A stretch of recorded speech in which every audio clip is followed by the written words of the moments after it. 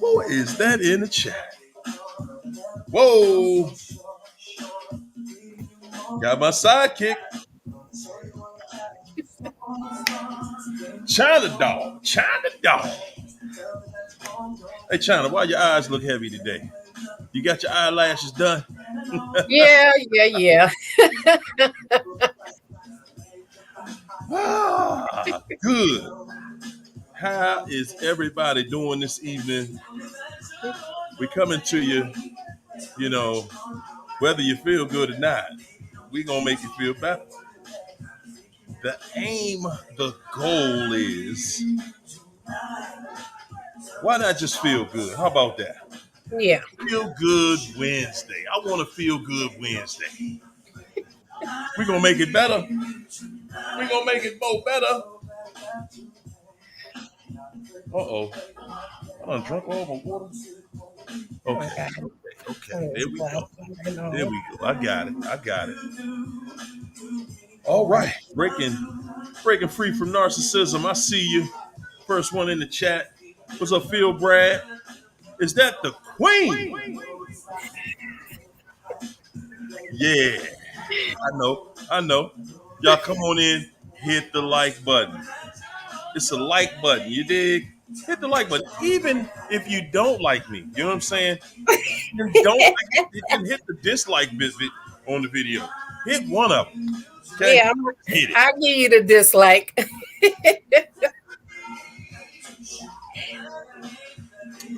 Y'all come on in. Do what it do. Woo! What's up, Maryland? KN11. Say extremely creepy people. They're giving evil eyes because they know how they know you have escaped the imaginary they had, which was broken, destroyed, wrecked. Yeah, yeah. Walking monsters. The Queen said, "You are right. Life is too long. It's not long enough when you're dealing with these evil swamp things. My peace is priceless." What's up, Paul? Callie Fin Fan. There she goes.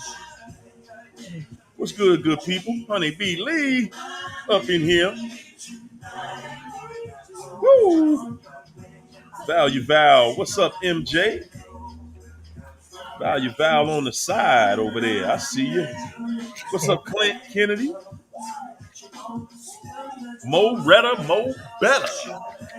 I said it. I said it. This my theme music. Give me my theme music. Ain't that what Oh, Dion say? Coach Prime is doing it. Coach Prime is doing it. You got yeah. you got to love him because he is doing it out there. Colorado is feeling some type of different right now. What's up, Maryland? What's up, Andrea Davis? Darlene Brown came to get down. Darlene Brown, yes, she did. Yes, she did. Is that you, Connie? Boom! Oh my God. Woo! I love it. I love it. I love it. Josie Ferry. What's up, Leela Abi? Fax 100. Andrea Davis. I see y'all. I see y'all. What's up, Sean? My man Sean in the chat came through. What's up, Janet Cross? Sunshine S. Julius. Keisha Spady. No Narc Net. I see you, MJ. MJ got a picture in there. Done changed it up on us. What's up, Yo Queen? Kathy Colby. Phil Brad. You hurry up. Turn it off because my phone got a mind of its own. It started DJing for real. I'm like, okay. Now you want to act right. Really? Like, come on, man. Whew. Mauricia. What's up, Linda Rose? Livy. What's up, Livy? My man, Paul. Brandon. What's up, Brandon? How you feel, champ? Yo, Queen. What it do? Let us to the flock. What's up, Diana? Diane. Diane Brighton. Yeah, what's up, Vio Soul? Lorraine came on through.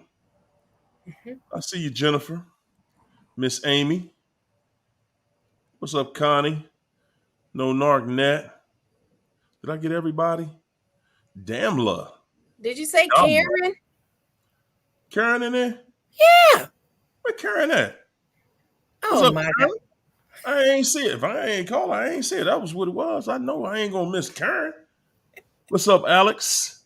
Alex, Mauricia, Weston, Cooper, Linda Rose, Kathy.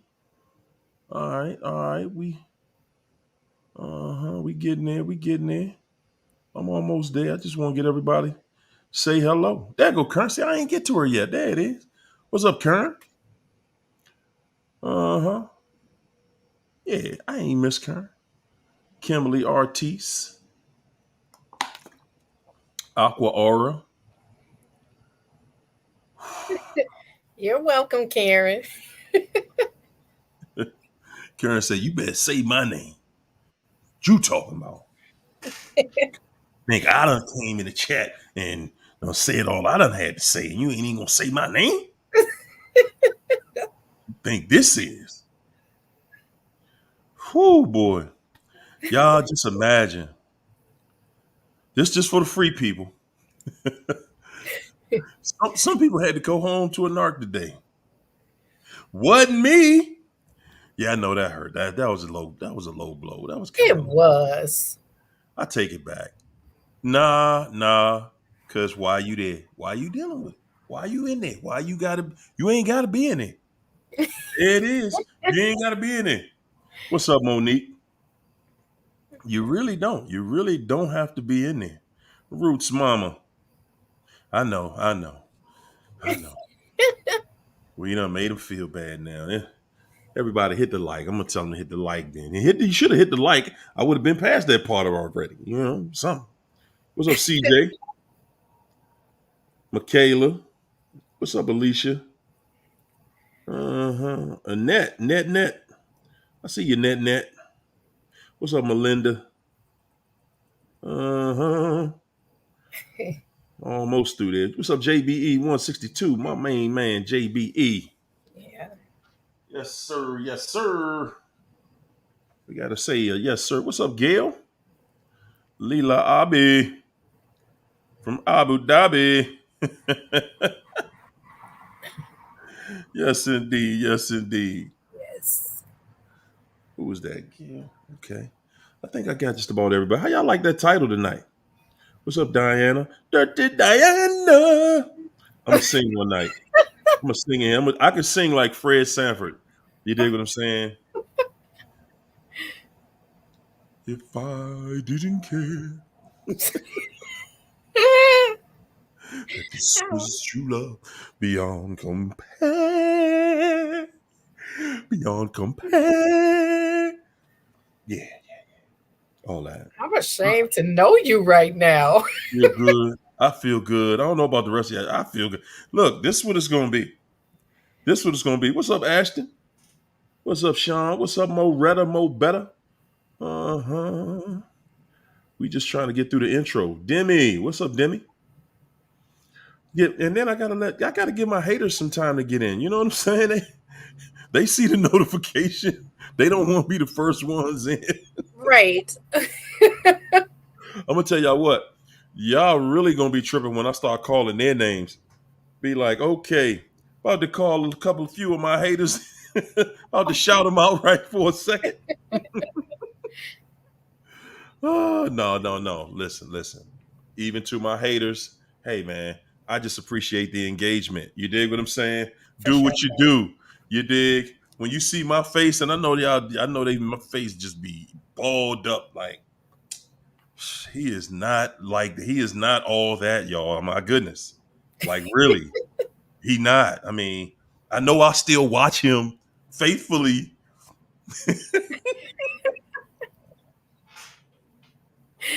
Ooh, boy, I'm showing off the date. What Take is that I with you. into you? Get some jabs in. You know, right now I like to put some jabs in too. You know what I mean? They always jabbing on me. I like to jab them back a little bit. Good. Yeah. What's up, Aqua Aura? Tyler to the max. What's up, Sharon? Yeah. Because we can ready. Well, listen, if y'all think that's bad, we about to drag this narc. Hey, Queen Leandra, I need you in rare form tonight, if you would, because it's been a while since we really dragged the narc. You dig? It's been a while. It's been a while. So yeah, I would love to, just send a special dedication out tonight to all the haters tonight. Just want to drag you a little extra. What's up, Aquarian? Ah, Andrea Davis. Is that everybody? That's almost everybody. Now you're gonna hate on this one right here, China, because there go L Boogie.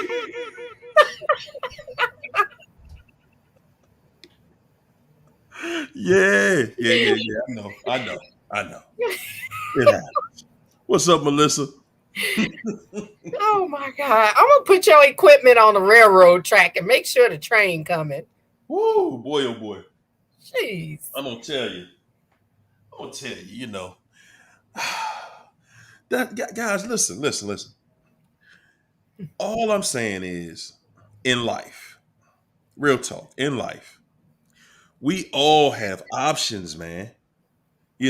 We absolutely have the option to feel incredible.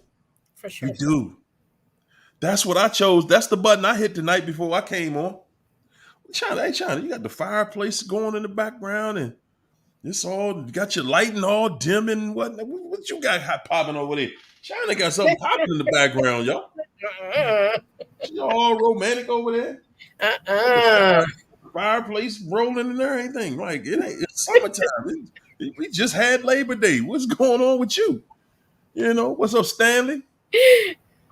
Corintha? $1. Make your holler up in here.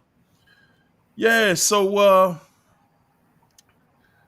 I'm gonna take my time today because that's what I do. That's what I'm saying. Sig Thumb got my back. There we go. Oh There my we God. Sig Thumb got my back. There we go. Yeah. Hey, Facts 100. I was kind of hating on that fireplace because that For joint sure. is nice. Yes, it is. That Thank is you. nice. She giving it up in the background, but we ain't gonna tell her though. We ain't gonna tell her. Her head get big. She already thinks she cute. She got her eyebrows done. All that. Life, y'all. Hey guys, guess what?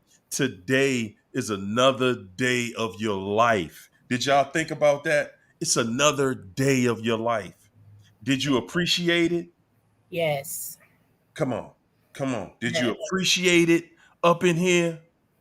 It's your life. It's life. You got another day, another turn, another opportunity, another one, another opportunity to be happy. Yeah. It wasn't just a day facing bills and facing adversity. Yeah. It was another day. It was a new day where you had the option to choose happiness. Yep. See, the way my life is set up, I just took all the other choices off, right? Happy is the only choice. That's it. That's what I'm saying. That's what I'm saying. Happy is the only choice. Yeah. As y'all can see by the title of tonight's session, look here. Life is too long. Did I say too long? Y'all, I'm just in a whole nother place. Whoo! I'm reading my stuff backwards. Boy, what am I thinking? Life is not long enough. Can I get a witness? Life is not long enough to live unhappily with the narcissist Yeah. devil. Life is too short to be unhappy living with anybody. Anybody. Every last one of y'all woke up today. Every last one of us had the same opportunity today. Some Yeah. of us chose to be happy. Some of us chose to build. Some of us consciously chose to stay in that craziness. Yeah. We chose to spend another day beating ourselves up, asking the question, why am I here? Why am I doing this? Why am I doing this like I owe somebody something? A lot of people, and I'm saying, guys, when I'm talking today, I'm talking to my old self, walking around like you owe this dirty, cruddy, trifling crud ball, like Yes. you owe them, Yeah. even after they did you dirty. They've done everything possible, humanly possible, to violate you and your space. Everything, not a couple things, everything. They've done everything in the book and they're writing new chapters on you right now. Yeah. The narc out there writing new chapters on us. Yep. And you sitting there, I'm going to just, oh, it ain't that bad. Maybe they not a narc. Maybe I'm tripping. Maybe it'll be better today. Maybe you can decide and make it better today. How about Yeah. that? Because what's stopping you? That's what I want to see in the chat. I want to see what's stopping you from choosing your happiness every day. What's stopping you? It's What? funny you say that because I thought about it today and I came to the conclusion. I said, I still don't have the peace that I think I deserve because I get on this Mm. platform and I give this man some of my energy by even using my situation as an example. So from this day forward, I will no longer talk Mm. about my experience with that man. And I will no longer use examples. It's from now on, it's speaking in general because he will no longer get my energy nor my peace. Woo. Good God.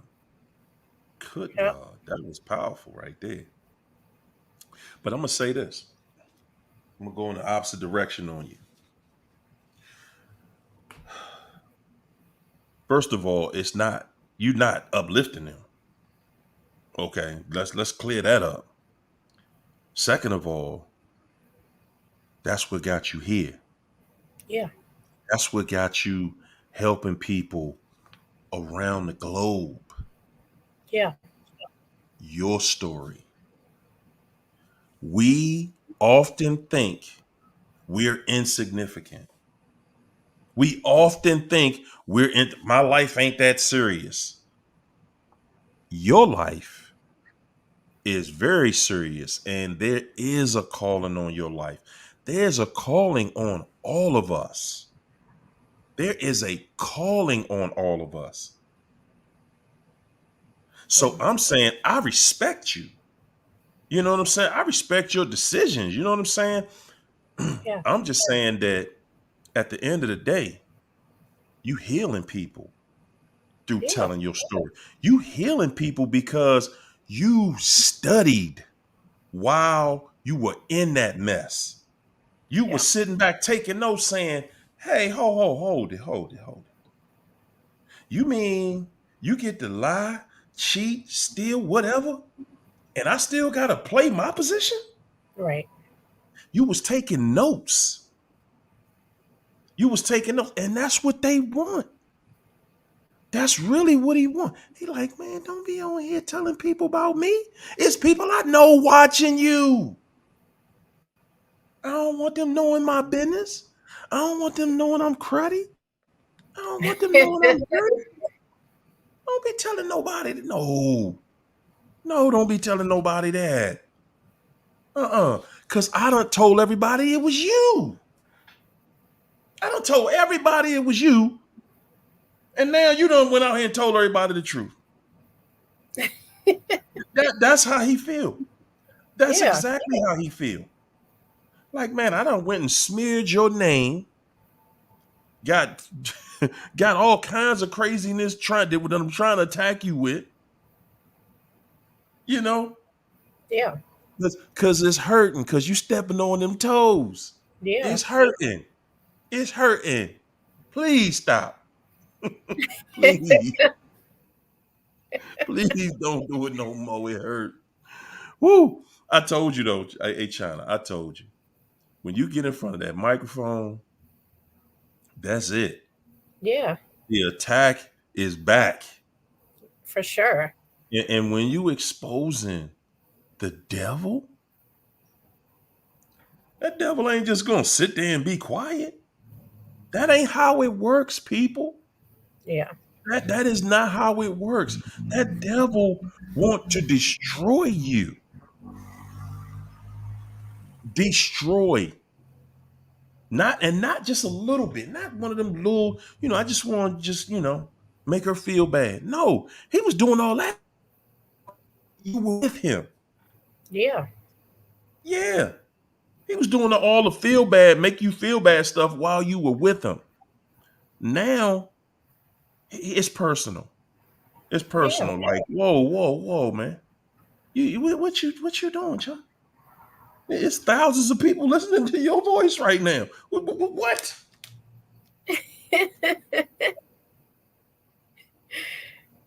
That devil cannot compete with you right now.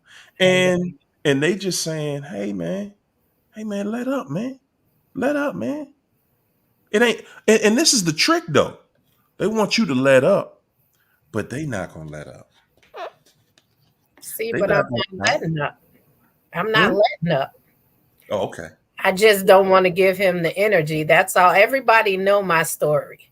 And I don't have to keep beating it in people's head for them to Oh, understand. yeah, buddy. Obviously, if I'm here talking about this subject, then I've been through it. So I don't have to No, no, continue. no, no, no, no. That ain't that obvious. People don't see it as being obvious. Everybody still want to know. How you know? How you know that? There's people saying that about me right now. They watching this video saying, "How you know? You swear everybody cheating just because you was with some old fake trick, whatever. Everybody don't cheat. Yeah, you was a lie. Just like all the divorces that we see coming up right now. Tracy Morgan, What? yeah, Tracy Morgan, him and his wife getting divorced. Um, there was somebody else. Man, it's so many people getting divorced. It's like that's the new style or something. Yeah. It's crazy, man. The attack again, y'all. We're gonna keep it at the core. The attack on family. Without family, we all are doomed. Without family, we all are doomed. Yeah. I don't, it's no way to do this on your own. And we not built for that. Yeah, Jeezy and his wife. Yeah, we gonna jump on some of that stuff. We gonna, but just and look at it. The world we in, man, it's all about division, separation, independence. None of that stuff is sustainable. Yeah. None of it. And that's on either side. It don't matter what side you on. Men, we weren't put here to be independent of a woman. No, not Y'all at all. want a planet without women? Come on now. Come on now. That's a joke. We not even, but I'm glad the men don't even talk like that. Mhm. Really? Men don't say that. Men don't say we don't need. Well, nah. It's some guys. Okay. It's some dudes out here saying that we don't need women, and I Yeah. don't know where they get that for that talking point. But I do know where they get it from. When you saying I don't need a woman, I don't know how two guys in the same room saying that to each other. Man, we don't need no woman. Nah, bruh. Yeah, I do. I do. Yes, I do. Yes, I do. Good gracious. I Yes, I mean, do. with all the stuff that's out there now, like I know this is I'm gonna be me. Okay. With all the Hey, stuff you out better. there, I mean, they making it where you don't need that person, not even for sex. Because now you have all types of toys for women and all types of things that men can do. And it's like, who needs a man or Wow. who needs a woman, you know? Woo. But guess what though? All of that stuff, all of that stuff that's out there for both sides, it does not replace a living, breathing, talking, sweating, loving, embracing person. Okay? You can go get any toy on the planet. You can't make it feel like her. Okay? You just can't do it. It just don't happen. You can't make it feel like him. It just ain't, I mean, eventually you lose all the feeling in your hand because that thing, holding that jackhammer for so long. But I mean, let's just keep it real. I mean, I'm gonna say this, because I know you love that female side. I'm with you on it though, because you're supposed to. You be back in the sisterhood. But I'm gonna tell you, boy, boy, boy, we got a lot of work to do because the sisterhood it has led a lot of women astray, man. It not just has led women astray, but it has tricked women out of their good relationships, out of having good relationships. Because a lot of those females in the sisterhood are there pushing an agenda to keep y'all single, not them. They like behind closed doors, man. They in inboxes. They the ones making the most noise, doing the most. The ones talking about y'all, which we don't have to do this and we ain't got to do that and this and that. Y'all see Tyler Perry? What Tyler Perry said? Hmm. Yeah, you see what people said about him for saying it? Yeah, they went at Tyler Perry, man. Yeah. Goodness gracious. You can't even. But see, that tell you that's the devil right there. That tell you that that's the devil because you can't even tell somebody something that's right. That tell you that's the devil right there. That's the devil. When you can't tell, if you come to me and say, listen, her, yo, man, look, you wrong about this particular issue, and I can prove it. And I'm not man enough to even listen to acknowledge you. I'ma just, oh man, look at you. You just always starting something. You just a foul, this and that. No, I ain't even listened to what you said. I'm just taking, oh, you attacking me. Oh, no, no, no, you can't attack me. And that's how you know you listening to a demon. Yeah. That's how you know you listening to a demon when you can't take criticism. You can't take somebody disagreeing with you. Really? I can't even have an opinion. And Tyler said, he said, hey man, oh, and he did it in his Medea voice too. Okay, you know what? Y'all right. You right. But he was right about what he said. He was absolutely point spot on. He was talking about it, and he was talking about how so many women now make so much more money than the men. Hmm. And we was talking about that with Lando the other night. He was like, hey man, when I went through that. That women start making some more money. Man, y'all get funny. That's not true. Some women, some Okay. females, some I'll females. take that. Okay, some females, a lot of females get real funny. I'm gonna say a lot because it's a lot of them out there, and it's a lot of examples of it. And I'm gonna say this that he was saying, you got these demands instead of going out here and just grabbing you somebody that really love you and they really care about you. You know, what's up, Miss Breezy? Come on in here. Come on back and talk with Chuck, Teddy Bear. But he was saying how, you know, everybody, y'all got all these expectations, but when y'all notice men, rich men who are wealthy and young, as soon as we get money, we start putting our family together. We like, okay, all I need is a woman now. I can go start my family now. Not all. The females, and not all of them, no, ain't nothing absolute. I mean, you got some fools out here that's trying to make that single life look glamorous, but see, as Yeah, men, you can't run that on a real man. See, yeah, men know better.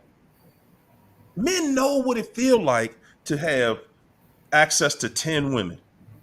You got access to 10 different women sexually anytime you want. Now you bored. You bored. yeah, You got everything you want, but you don't have love. yep. Yeah, you don't have that. And see, as men, that's all we trying to find. We go out here, we like, hey man, let me go get this big house and get this nice car. Let me go get stuff that attracts the woman. Cause I want some real love. That's what I want in this life. A real love. You can ask any man in the chat. I say any man, Trisha. We ain't talking about the Pookies and See, the but Ravens. listen though, that sound like a trap. Like you have to, acquire all these things, to get a woman. And if a woman is not going to deal with you at your lowest, why would you want to bring her to that high point? Because that's all she see. And then y'all want to complain about women being gold diggers, but then you want to acquire all of these things and then tell a woman, come on over. What do you expect? And that's a good point. That's a good point. So that's why, and see, that's just really over the last 20, 30 years. That's really over the last 20, 30 years because you think about this. Before that, men and women were together. A man could be a trash man. A man could be out here doing any type of job. He could have a paper route and have a wife. Yeah, Yes, there was a time when we were just accepted like that. But, yeah, you know, that devil got buck wild and started giving some of us more than the others. And, excuse me, then it started turning into keeping up with the Joneses, right? yeah. Yeah, but y'all don't think, listen, do you think for 1 second that men out here would not gladly embrace women that just accept us? For And sure. even when we don't have money? Come on. See, everything is so toxic out there now. And then, with women like taking this stance, now you got 10 men for one woman. Everybody's fighting on that one woman. And then think about all these men who just excluded all the options. They saying we don't want a single mother. We don't want a woman in her 30s. Now you got all these men fighting for these women in their 20s, and there's no options, and everybody is sharing a woman. You know what I'm saying? So, I mean, it's not just us, it's men too, because they have their standards. And so it's not just Man, us. it's not. It's not. You're right. It's not just the women because, and you're right. I do hear a lot of, or I've heard. I don't listen to a lot of YouTube channels, but I do listen to the Manosphere. And they drive that point. Yeah. They drive that point, and my thing is honestly, when I listen to some of them, I just listen to it and say, okay, this is how he make his money. This is how he makes his money. He got a big following right there, and he telling these dudes what they want to hear, just like the female, the females that do that, because it's females that do the same thing. That's how they make their money. They go in there, they like, hey man, this person is in pain, and I'm about to tell y'all why. This is this way, and that's that way. And I look at it like they just telling their story, and they're telling guys stuff, but none of them are proving it. Yeah. Yeah, like man, come on. Kevin Samuels, when he was alive, he was actually promoting marriage. He really was promoting marriage. I think that the reason he got so messed up or got such a bad rep was because he really talked to a lot of the females the way he said something they need to hear. Because you cannot be a situation where can't nobody tell you nothing. Because if that's the case, then we all lose right there. Because I can't tell you nothing. It's either your way or the highway. Basically, you the one in charge at that point. And I'm saying, how you gonna be in charge, but you want a man to be in charge? You want a man that's a leader. You can't be the leader, but you want a leader. It doesn't work that way. See, but y'all keep saying y'all want women to submit and you want to lead. That comes naturally. You can't force nobody to just submit. That us as women, we have to feel secure and safe before we even consider something like that. I'm not going to submit to nobody that I don't feel safe. I don't feel comfortable. I'm not going to do it. Why would you be with him if you don't feel like you're gonna submit to him? I mean, it Why takes even be time. to him? It Huh? takes time to get to that point to feel like that. I mean, What you mean it it does. take time? How? Because when you start dating someone, especially when you're not living with them, you don't know how they handle certain situations, how they handle anger, how do they handle disappointment. I mean, you're never getting a real person in the beginning. You're getting a representative. And then you have to be with this person for a while to even decide if that's something for you. So it's not like you just don't run into somebody and say, "Oh, I'm gonna submit to this person." It doesn't happen like that. And if it's ordained by God, then it's gonna happen naturally. Is That's that not really how? Is that how most women think, though? no. Okay. That's how I'm speaking for me. Okay. Okay. Well, I'm gonna say this then. When it comes to being submissive, think about let's switch this all the way around. So, as I'm looking at a woman, right, as a potential mate, I don't know her yet, so it's just I'm looking at this point. So as I approach her, my mindset is, wow, she looks nice. Oh wow, she's soft spoken. I like her. I like her. She got she got my goosebumps. I got goosebumps. She's got me smiling on the inside, everything. So I see that I like this person. So now, you know, what is my mindset towards what I'm going to be with her? Is it, or I'm gonna give you two different ways on this one. First way is when I see her, I know who I am, and I know that if she gonna be my woman, I'm gonna take care of her. Mm-hmm. That's it. Mm-hmm. Now, is she gonna be my woman? Now we start the trial. Yeah. But I heard this example on a couple of different channels, and I'm gonna give you this one. What if you met me, right? We at the Safeway or the grocery store, we grocery shopping, and we in the vegetable aisle, and I walk up to you, and I got a cucumber, and I'm like, "Woo, how, how are you doing?" I'm over you. And then you sitting there looking at me like, "What? I'm everything fine. Do this go with salads?" No, no, I think you cute though. I think you cute. And I roll my eyes. I'm doing all of this. I think you cute. And you're like, do you even like women? And I'm like, yeah, I'm a man. I only deal with women. Yes. And then you start asking questions. Of course, you're gonna start asking questions like, are you sure?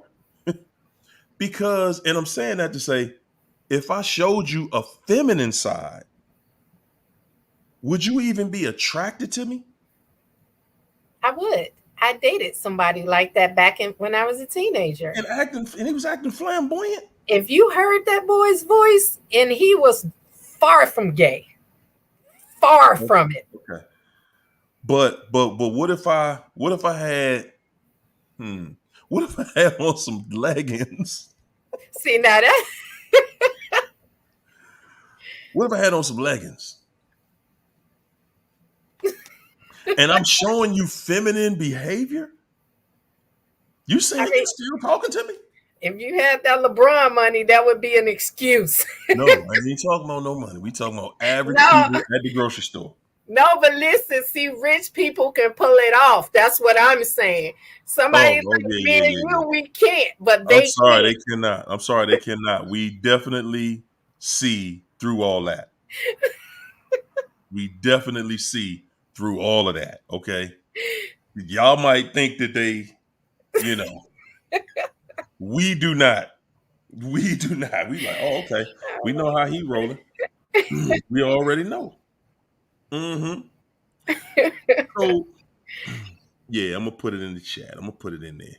We're gonna chop it up tonight. But I'm saying, so as a man, what if I said, we together, right? We get together and I'm like, hey, well, you don't feel like being submissive. I don't feel like paying my part of the bills. That's You petty. got you got to pay all the bills this month. That's petty. What if I say that's petty that you don't want to be submissive? That's not petty because you're telling somebody to give you their mind, their heart. That's different versus somebody you paying splitting bills with Submission is basically just respect. and giving somebody Submission your is heart just respect. because you're trusting them. You're putting Yeah, your to hook everything y'all up in tonight. that person. I'm about to hook y'all up tonight, man. Listen, the one thing, the one thing that every man is going to have in a relationship, every man, every man is respect. Y'all want to save y'all a good relationships? Respect. Now, I ain't talking about narcissists though. Okay, I'm talking about men. Yeah. There's a difference. Y'all done got us off topic tonight. We gonna talk about it though. It is what it is. It is what it is. Well, you've been So, fighting this demon for forever. Come on, you embracing this. ah, man, goodness gracious, man.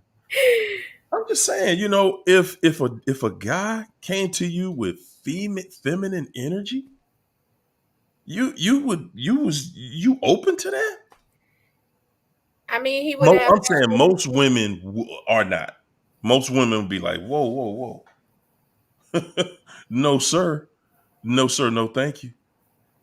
Most women ain't nah. I ain't even have talking to you, bro. You I'm not ain't gonna you even ain't lie know where to you you. at. I would be. I would. You would? Yeah, I mean, it's not like a female coming to me acting like a dude like the other night. Oh my God. Whoa. See them? Woo boy. Yeah, man. But yeah, that's right, Val. Respect goes both ways. It does. It does. Respect goes both ways. You got, and that's the thing. Fact that, and nobody crosses that line. As long as nobody crosses that line, see, I know I'm gonna get some kickback. My haters was watching that video. They're gonna do some reactions to that. Hurry, yo, was gay, y'all. Oh my God. They got to come on. Somebody got to say it. That's just wrong. But I Yeah, think like this submission stuff, I think that comes naturally. And I don't think that should be exactly. right. It shouldn't be forced on anyone. And if you know your intentions are good and you're doing everything you're supposed to, and that person is not submitting, then that's not for you. That person is not for you. Mm, now that's true. That is true. And that's what I'm saying from the very beginning. If the person is not being submissive, or if the person isn't being respectful, Yeah. you know, there it is. Sean want to talk tonight. Sean jumped in here. Look at Sean. Come on in, Sean. We're about to bring Sean on up in here. Come on in here, champ. Can you hear me? We do. We do. What's Hey, up with you, buddy? hey, How you hey. feeling, man? How you feel? Ariel, how you doing, guys? Man, we doing Good. good. How you doing? I'm doing a lot better today. By the grace of God, I'm doing a lot better today. Man, I'm happy to hear that, champ. Hey, I needed it. Hey, 37 days. I know China. I'm trying to take your advice. I promise I'm trying. I'm trying not to count, but it's still in my head. And but you're right. And I was thinking about the relation. I love the relationship talk. I mean, that's what life's about. Aristotle said we're social creatures. We can't live alone. But I do know this. I do know this. Um, until I fix my trauma and my childhood trauma and the things that I keep repeating, guess what? I'm just going to take that trauma into the next relationship. I've got to heal me. I have Yeah. to be by myself. And that's the big thing. This is the first time I've ever been on my own, and I've been by myself. And somebody in the chat mentioned that they were talking about how they, it wasn't real for them, but it wasn't real for the narc, but it was real for them. And I felt that because there were many nights she laid her head on my chest after being intimate, and we had a lot of laughs, and we had a lot of good times. But like my friend said, you cannot ignore and forget about the lying, the stealing, the cheating, the manipulation, and this underworld that they live behind your back. I mean, it's this But you know complete. what, Sean? Go ahead. Also, let's break that part down. What everybody misses about the narc when you feeling like you missing that person. You feel like you're missing those happy moments. It's like you could take a picture of it. Whoo, Yeah, look at that, man. She done laid her head on my chest, man. This love right here, man. This all I ever wanted, baby. This all I ever wanted. And she knew that's all you needed. She knew that's yes, all you needed. She's thinking, while I sit here on this chest, it might be uncomfortable, but this gonna buy me at least 5 years with this dude. I'm gonna be able to drag him through raw sewage for yeah, 5 years just because he's gonna remember. Dang, baby. But what about those times, and and what about, those special moments that we shared? That's why she did it. she that they're you can't be that good at being that evil without having a puppet master yourself. These people are guided by dark forces that we need God to help us get through. But the whole relationship dynamic, like I said, I've been in recovery for 29 years, and I Mm-hmm. remember dating someone back in 1997, so I was about 20 years old, and she was a respiratory therapist. She was in school. We were both in school together and whatnot, and she was as normal as can be. And do you know what? I was bored out of my mind because she wasn't sick. She wasn't dysfunctional, which Mm-hmm. means that I still had a lot of stuff I had to heal. I had a lot of things that I still needed to to work through. And until I do that, I am going to continue to repeat these cycles. That's the thing. People That's people it. who are in this new stage, like where I'm at, this grieving process and stuff, it's Mm-hmm. natural to want to want to get somebody else. But I've tried it twice and it ended badly since leaving the narc. And the reason it ended badly is because I'm not there. I'm still mentally with the narc and I can't be there. There you So go, I've man. got to heal and I've got to work on me. Otherwise, any future relationship I'm going to have is going to end disastrously. And it's not fair to that person. It's not fair to hurt another human being. I don't want to be hurt. I know what it feels like. So why would I want to do that to somebody else? Right. Can't do it. I can't do it. I won't do So it. so my question to you is, what does that look like? What Which does it look part? like? What does it look like to be able to say, you know what? I'm not cured. I need help. I need to get me together. I need to get me on point so that I can go out here and enjoy my life. Because believe it or not, The only reason you're not free, the only thing keeping you from being free is the truth. And I hear you saying the truth.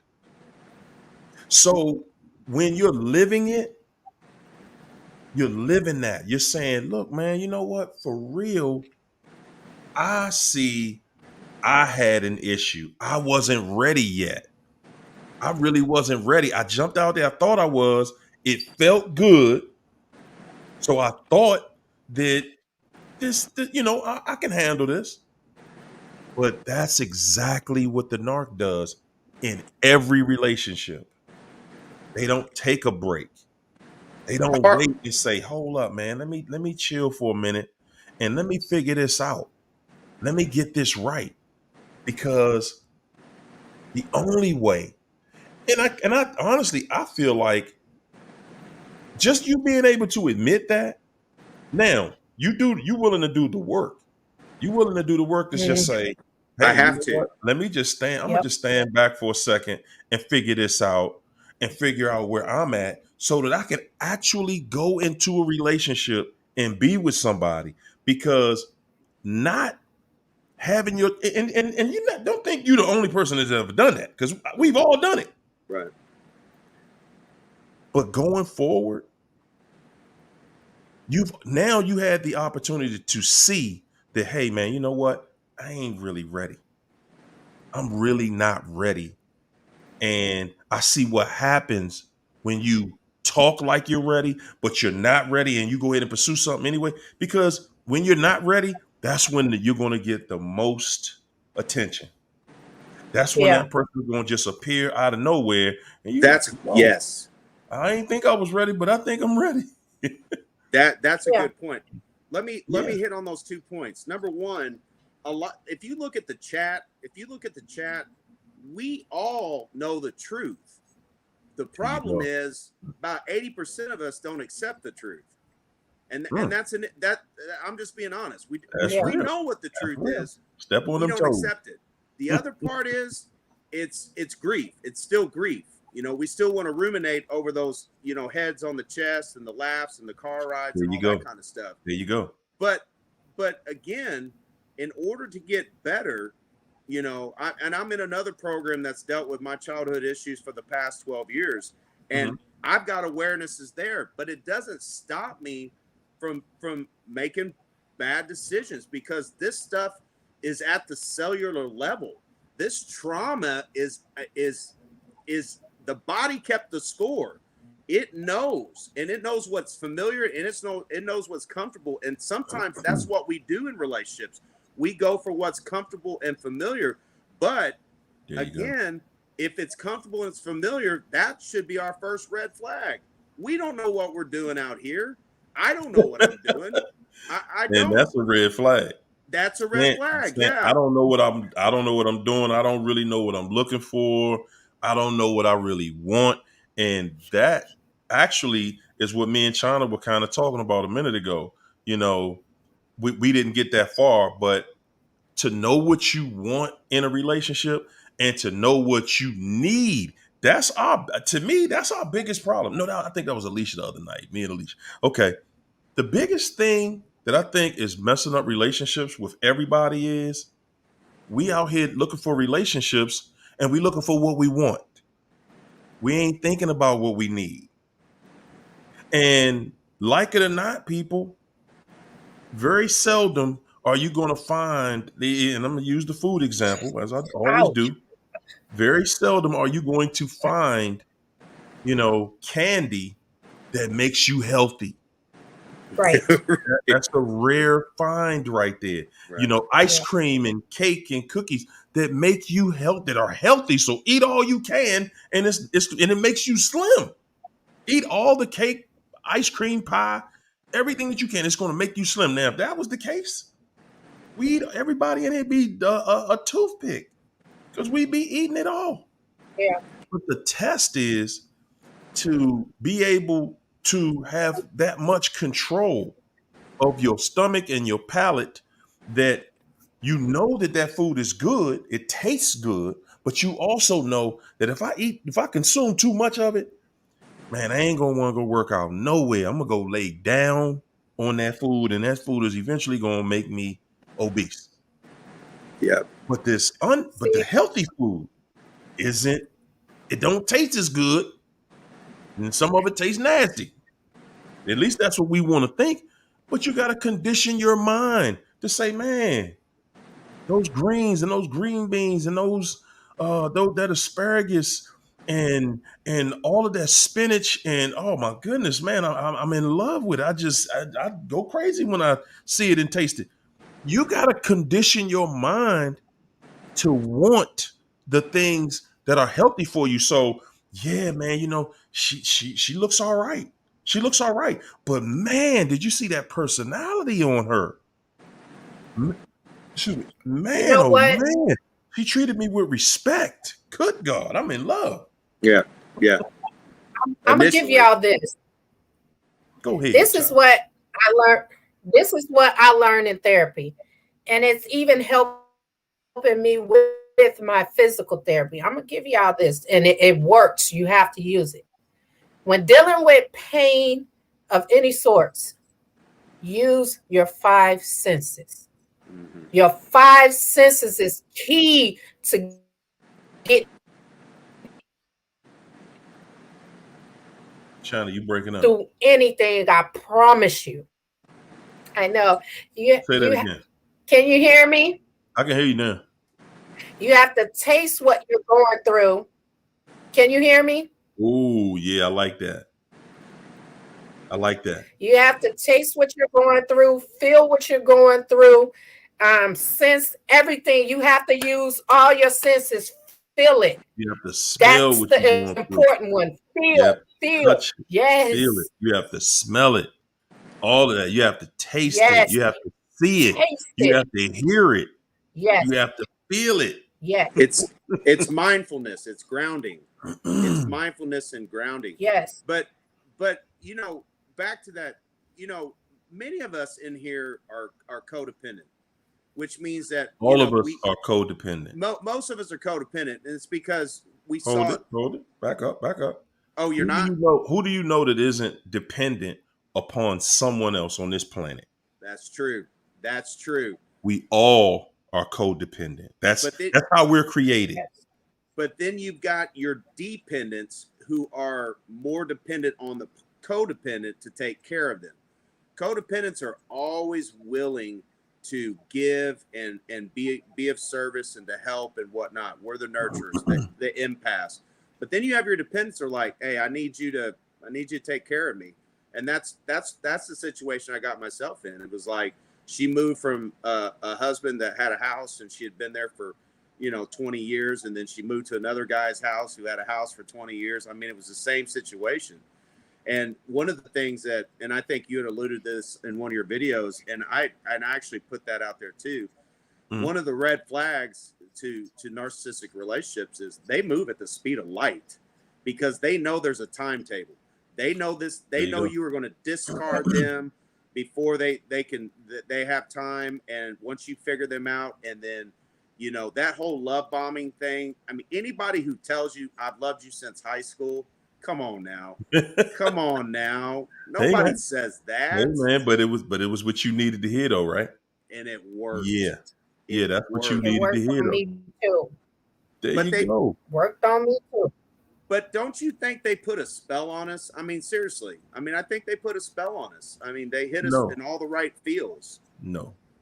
I think that they are experts at tricks and games and illusions. I think they're experts at it. And I think that when they're running the game on you, initially they're surprised, they're shocked that you're going for it. Yeah. And when they see that you're going for it, because, and I'm saying that because when they notice, they know they jiving you. She knows she jiving you. She don't want to lay on you. She laying on you thinking about somebody else. She knows she running game on you. And she knew it from the beginning. And what keeps the game going is you believe it. Just like the rest of us. We believed it. Somebody tell us that they love us, they care about us, they do anything for us. We believe it because we don't lie about stuff like that, right? No. So we wondering, well, why would somebody lie about that? You don't even see a narc lies about stuff they don't even have to lie about because that's the language that they speak. That's why I said, you know what? I ain't gonna keep using these words that a narcissist made up to keep us locked into that spirit, to keep your mind ruminating, to keep you locked into it. You're using their language. How you gonna get out of something and you don't even know what's got you trapped in it? Sure. Right. Let Right. me say something. Again, it's my experience. I think the cuddling part is the manipulation, but when they lay on your chest, they're doing that because they're seeing you as a parental figure. I've had this happen to me. When they lay on your chest, yes, you are that parental figure at that moment, and that's one of their weakest moments. I promise you. I've seen it and I've experienced it. That's why they lay on your chest. But when they do that cuddling, that's the fake part. But the laying on the chest, that's the parental figure right there. And I promise you that's what that is. Oh, wow. They are actors, and this is what I'm saying. If they missed it, if they missed their parent, their childhood, and the parent that didn't do this and that, my question is then how could you be so violent? How could you be so wicked? How so evil and be consistent with it? They are evil consistently. Yeah. You cannot do that if you are not a devil. You Yeah. cannot wake up every day angry, mad, on get back. You cannot do that consistently.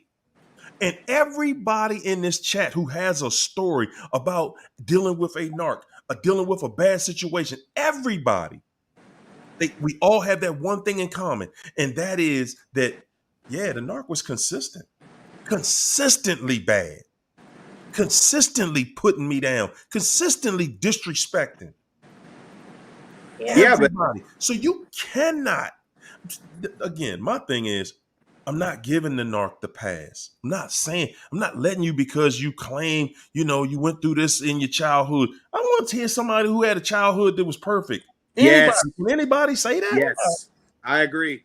I agree. It's Nobody a can say game. they had a perfect childhood. Nobody. But guess what? You got some of the biggest stars, biggest athletes, most successful people in the world out here that had crazy childhoods. Yeah. Crazy childhoods. They could Yeah. tell you a story and you be balled up for 2 weeks. Like, man, I just can't believe that you made it through all that. But Yes. they didn't repeat the process. They didn't go on with their life seeing who they could abuse. They didn't. They came out of it and they said, nah, man, I'm going to make sure that nobody in my family ever sees this, ever goes through this. Yeah. I'm going to make sure everybody around me feels good. I'm going to make sure that my children, they're going to be looked out for. They're going to be well taken care of because I'm going to do everything I can for them. So that's why I don't even buy that mess about their childhood or whatever it was, because it only makes them crazy. And what it does to us, their bad childhood. Do you know that the narcs' bad childhood actually is being weaponized against you? Yeah. Yes. That is the only reason you feel sorry for them. Every time they call and she calling you, cussing you out, calling you this, that, and everything else, lying and cheating on you, and then tell you it's your fault that I'm cheating on you. And in Yeah. the back of your head, to hear somebody that bold and that crazy, that challenging, Yeah. the first thing that come to your mind, you know what? The first thought to come into your mind is the picture that they painted for you of their abuse as a child. That's the first thing that comes to your mind. That's their get out of jail free card. That's what they play on us. Absolutely. Every single time. You are sitting there and you're like, this can't be real. This can't be this fool. I'm the only person that do for you. And I done did for you, and I would do anything for you, and you talk to me like that. Yeah. Yes.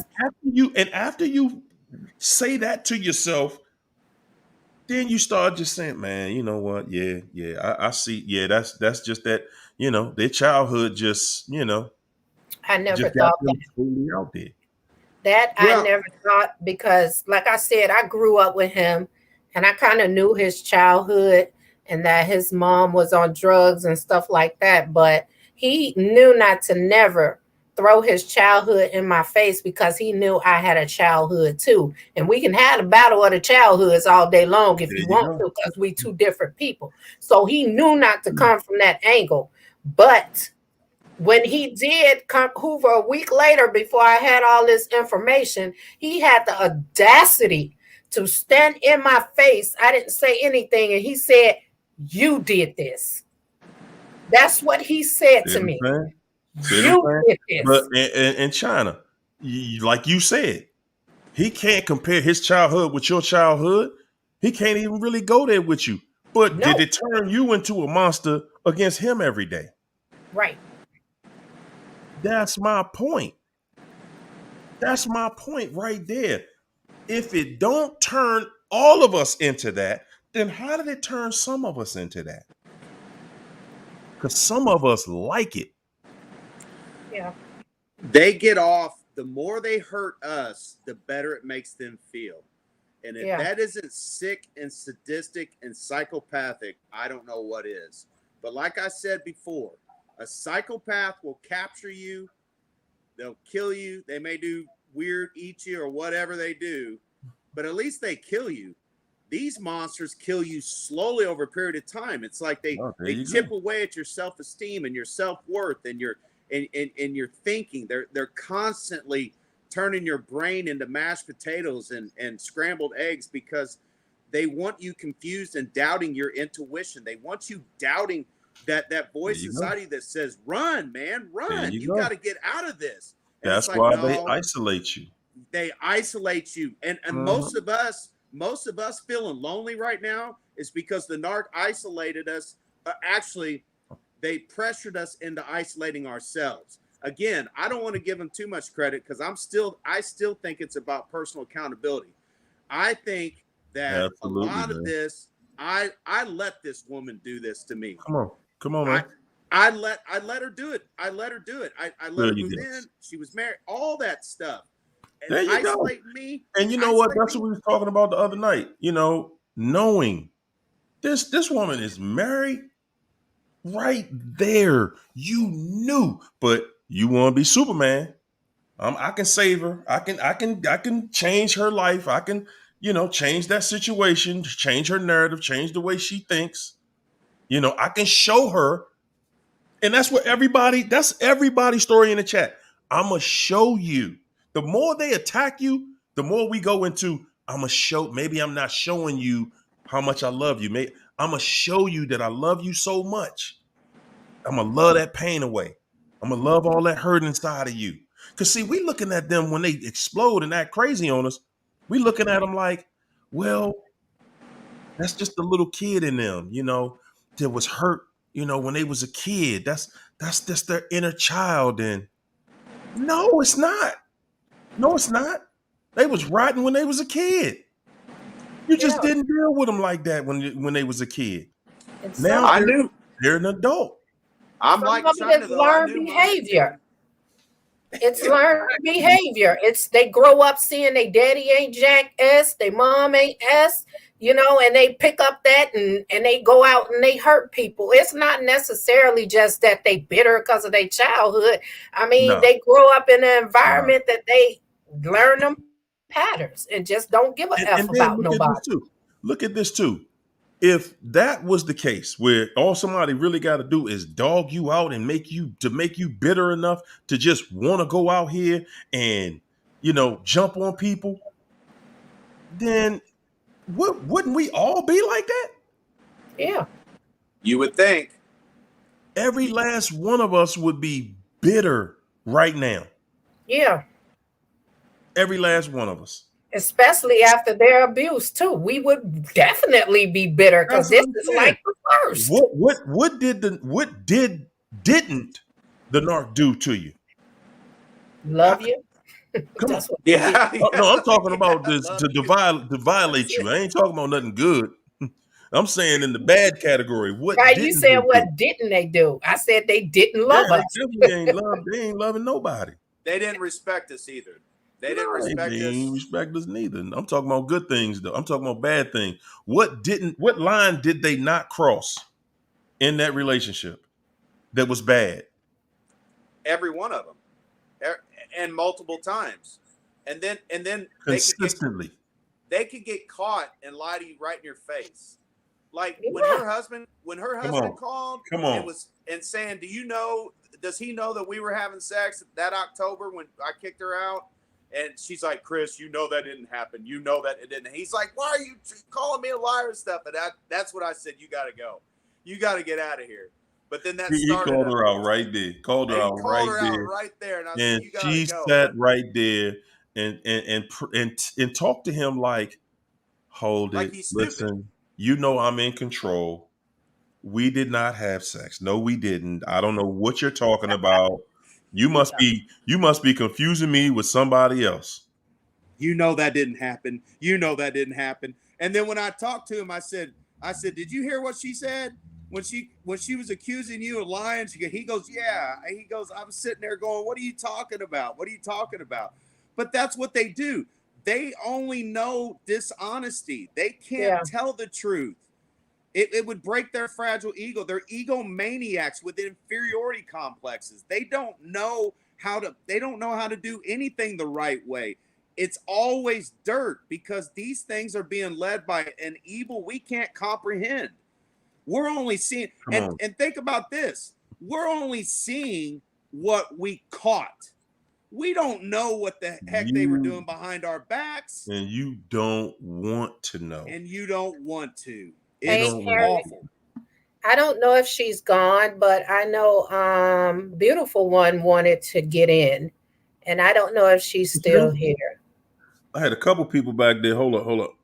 I'm gonna put the link back in the chat, y'all. Yeah. My bad. Hey, let me know. We got caught up, man. We got caught up.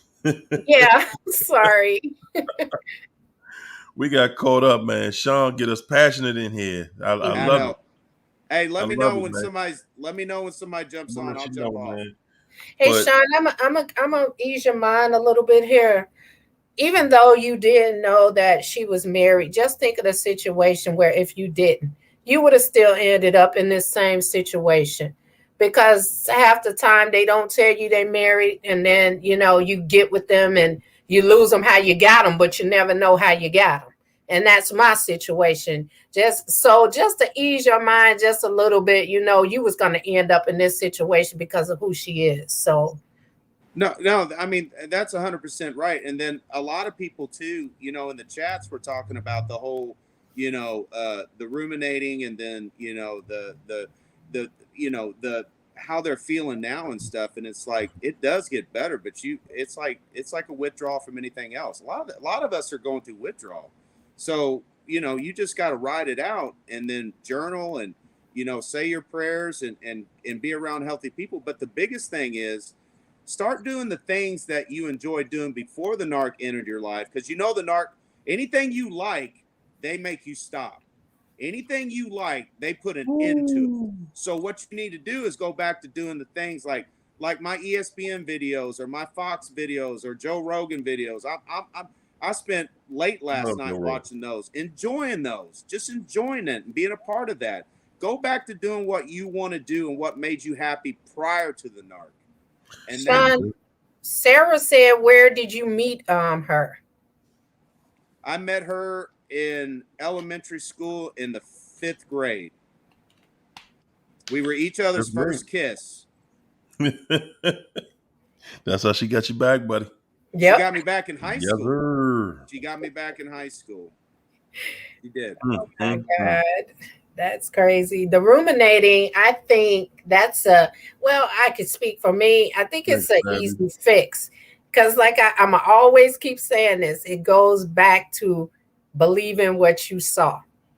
And when you can always ruminate on the bad stuff, that's the motivation. That's the motivation to push you out of that pain and out of sitting there thinking about it, because now you are driven to stay away from that person. As long as you have these memories of them laying on your chest and vacations and all of this, you're not even rewriting your story. You letting them write the narrative for your story. You have to rewrite your own story. And then on top of that, Yeah. you're not even, like she said, stop counting the days, because you're holding yourself in that memory of her, and it's something you associate with her. But the worst part to me, is when you are out there and you're out of that relationship, and yet you cannot move forward in your life because this person is still occupying your mind all day, every day. And then when you count the days, Still taking you out. that's just showing that you're Yeah. not doing this for you. You doing it to prove a point. This is have to be something that you're doing for you and that you're committed to. When you're counting the days, it's like you're doing it to prove a point to her, or to say that, I'm not going to talk to her. But then when she reach out, you're probably going to have that weak moment because you're not doing it for you. Ooh, that was deep. Ooh, that was deep, and that's true. I Yeah. I And think, you know what though? That's one of the things that we don't really look at. Like right now, you in that place where all of us have been, where we just getting out of it, and we want to figure this whole thing out Yeah. today. Yeah. I want out, and I want out today. I want to feel better. I don't want to be ruminating. And to think like that actually hinders the process. You hear me? You need to go through the entire process. Because Yes. see, if as long as you do this and you can get right out of it, then you're going to jump right back in it. because you're going to forget the pain. You're going to forget the pain. There you go. You just jumped on you and transferred it to somebody else. And That's I had great medical professionals around me, like my regular doctor. When my sister was murdered, I went to him, and he said, I can give you any pill you want. He said, but you're gonna have to sit in this at some point. He said, but I can prescribe you anything you want, but you're not gonna get out of this until you sit in it. There you go. No, he's right, because medication is going to numb me out, and you're right. We all have built-in forgetters, and the longer we're away from the pain, the more likely we're going to repeat it. We're going to go back, and that's why people who are in recovery oftentimes will relapse many years down the road, because they forgot the desperation, they forgot the pain. They forgot those sleepless nights and those nightmares, and they forgot the tears, and they forgot the snot that came down their nose. They forgot all that stuff. You can't forget this. And I'm telling you, most of these people in this chat room, if you stay no contact, you're going to go through some stuff. You're going to feel some stuff. I felt some stuff. I was praying and crying, begging God to take this away from me. But if I forget this, then it's on me.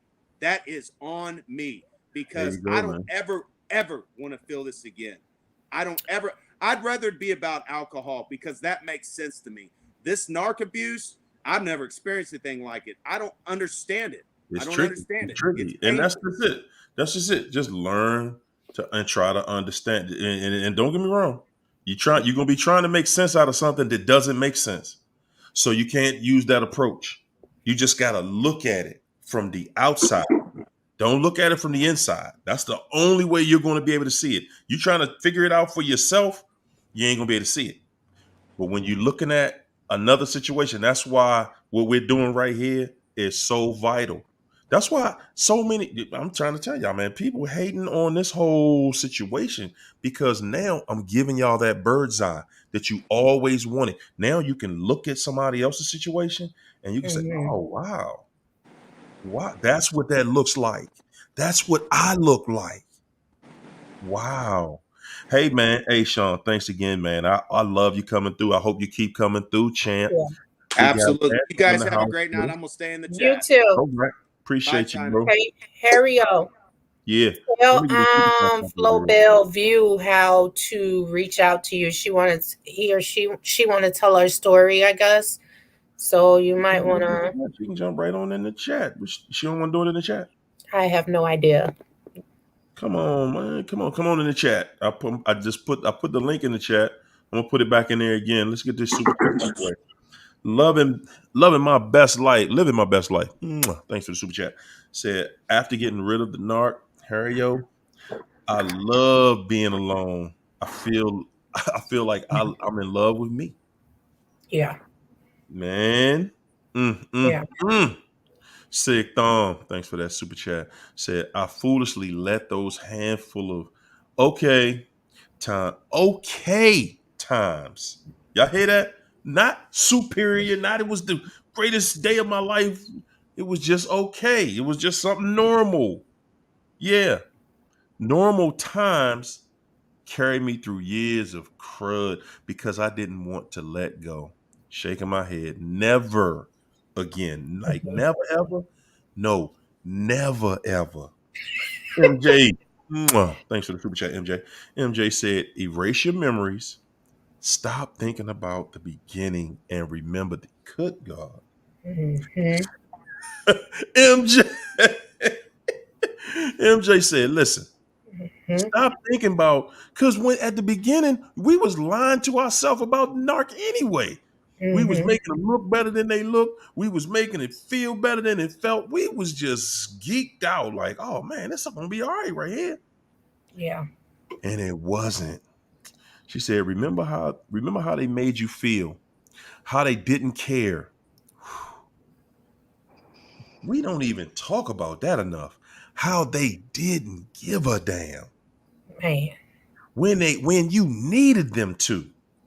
Boy, how many stories we got in the chat about when you needed the narc, when you needed them to support you, when you needed them to back you, when Yeah. you had a death in the family, when you Yeah. had some type of anomaly, and they just was like, man, please. You sitting in the emergency room with chest pain and they act like you bothering them and they want to go home. They want to run home to that side piece. That's probably what he Whew. did. How they didn't care, how far they went to hurt you. Hey, MJ, come on, man. Slow it down, MJ. I can't take all that triggering. I can't take all that at the same time. How they didn't care how far they went to hurt you. Boy, we could do 5 more years on how far the narc went to hurt you. Just on that title alone, Yeah. the things they did to just go all out Yeah. to hurt you. Yeah. Whoo! She said the beginning was not real. It was all fiction. MJ, goodness gracious. Let me put that in my notes. How far they went to hurt you. Mm, mm, mm. We got about 1,000,000,000,000 stories of how far they went to hurt you. Things they did to hurt you. Lando, what's good, champ? What's happening? What's happening? Hey, How you feel, Orlando. man? Hey, I'm in the chat. Yeah. You in the Okay, chat? okay, okay. I've been sitting for a second. Okay. Hey, I just wanted to say, I didn't get a chance to say, that what I'm going through is spiritual. Concerning my daughters and stuff like that. I really Mm-hmm. don't care. But I really don't have issue with my ex-wife or anybody else. As far as my family, my mother, all the toxic people that's on, toxic people and friends that have been in my life over my 50 years on on Earth. I don't have a problem with them. I forgave them, and because when I took on me being a man, I was afraid of when I was younger. I was afraid of what type of man I would become Mm-hmm. because I didn't have a decent role model. I had uncles and a Mm-hmm. father that taught me how to womanize and taught me how to be in the streets, taught me all See? that. Yep. I mean, I'm well versed in the streets. I can move anywhere I want. I can be put anywhere and move. And I settled down because I wanted a family. I didn't want to be in the streets. And I realized I had trades. I had a lot of talent. I don't I do a lot of things, man. And I met a woman. We was both in the reserves at the same time, at different times. And she seemed like she had been through the struggle, had been through the same things I had been through. Her dad was on dope. My dad was on dope. My dad died when I was 15. And Wow. man, that guy, we used to go at it, man. Fighting. He was the first man to put a gun on me. Oh, And See what I'm saying? see, See, see, we got stories. We got stories of childhood yeah, trauma, yeah. My and dad, it didn't turn us into that. no, Somebody right, who just want to get back at people. right. right. I'm And trying to see if my cousin want to get on. She texted me to about spill the beans. What's his name? Is she in the chat? I want to see. She said Orlando. Oh, hold She on. said, "Why you got your camera off?" oh, my camera off. Yeah, my cousin said, Yeah, "Why you got your camera off?" Hey, that's why I was wondering if I was in the chat. I didn't see I see a dark spot, for my, So what I need to do? you ain't. You might got something covering the. Oh, Oh, there you go. You might got something covering the camera. She's talking about no thanks. I'm a spectator. no, I just said my cam.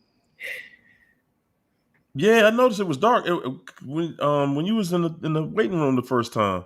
I ain't see it. Okay. Well, it's just like my profile picture up. Yeah. Yeah, Okay, okay. So I was afraid of what type of man I would be, because I didn't want to be, like I said, I don't want to continue in the path of my dad and my uncles and every man around me. Mm-hmm. My dad, he wanted a woman at home and women in the street. He had 2 outside kids, and you know, He was just all over the place with it. yeah, did every dope it was to do in the day, shoot, hair run. I mean, did every dope it was, and he died in a car wreck. He was drinking and driving, you know, Mm-hmm. and Yeah, but see, that's what I'm saying again. That's what I'm yeah, saying right there. If you got to live through stuff like that and still have this is what I'm saying, y'all. Either your mind is made up, you gonna do right, or your mind made up that you not.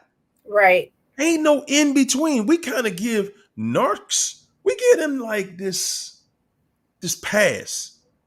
Like, well, maybe they in between. Sometimes they good, sometimes they terrible. We give them that space. Ain't no space.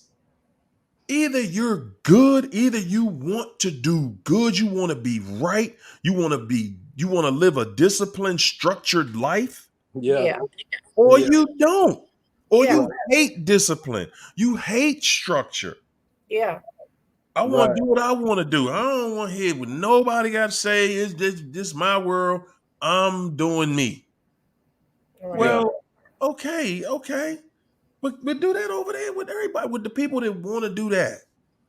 Y'all ever notice people that talk like that, think like that? They never looking for somebody that's just like that. right, Never.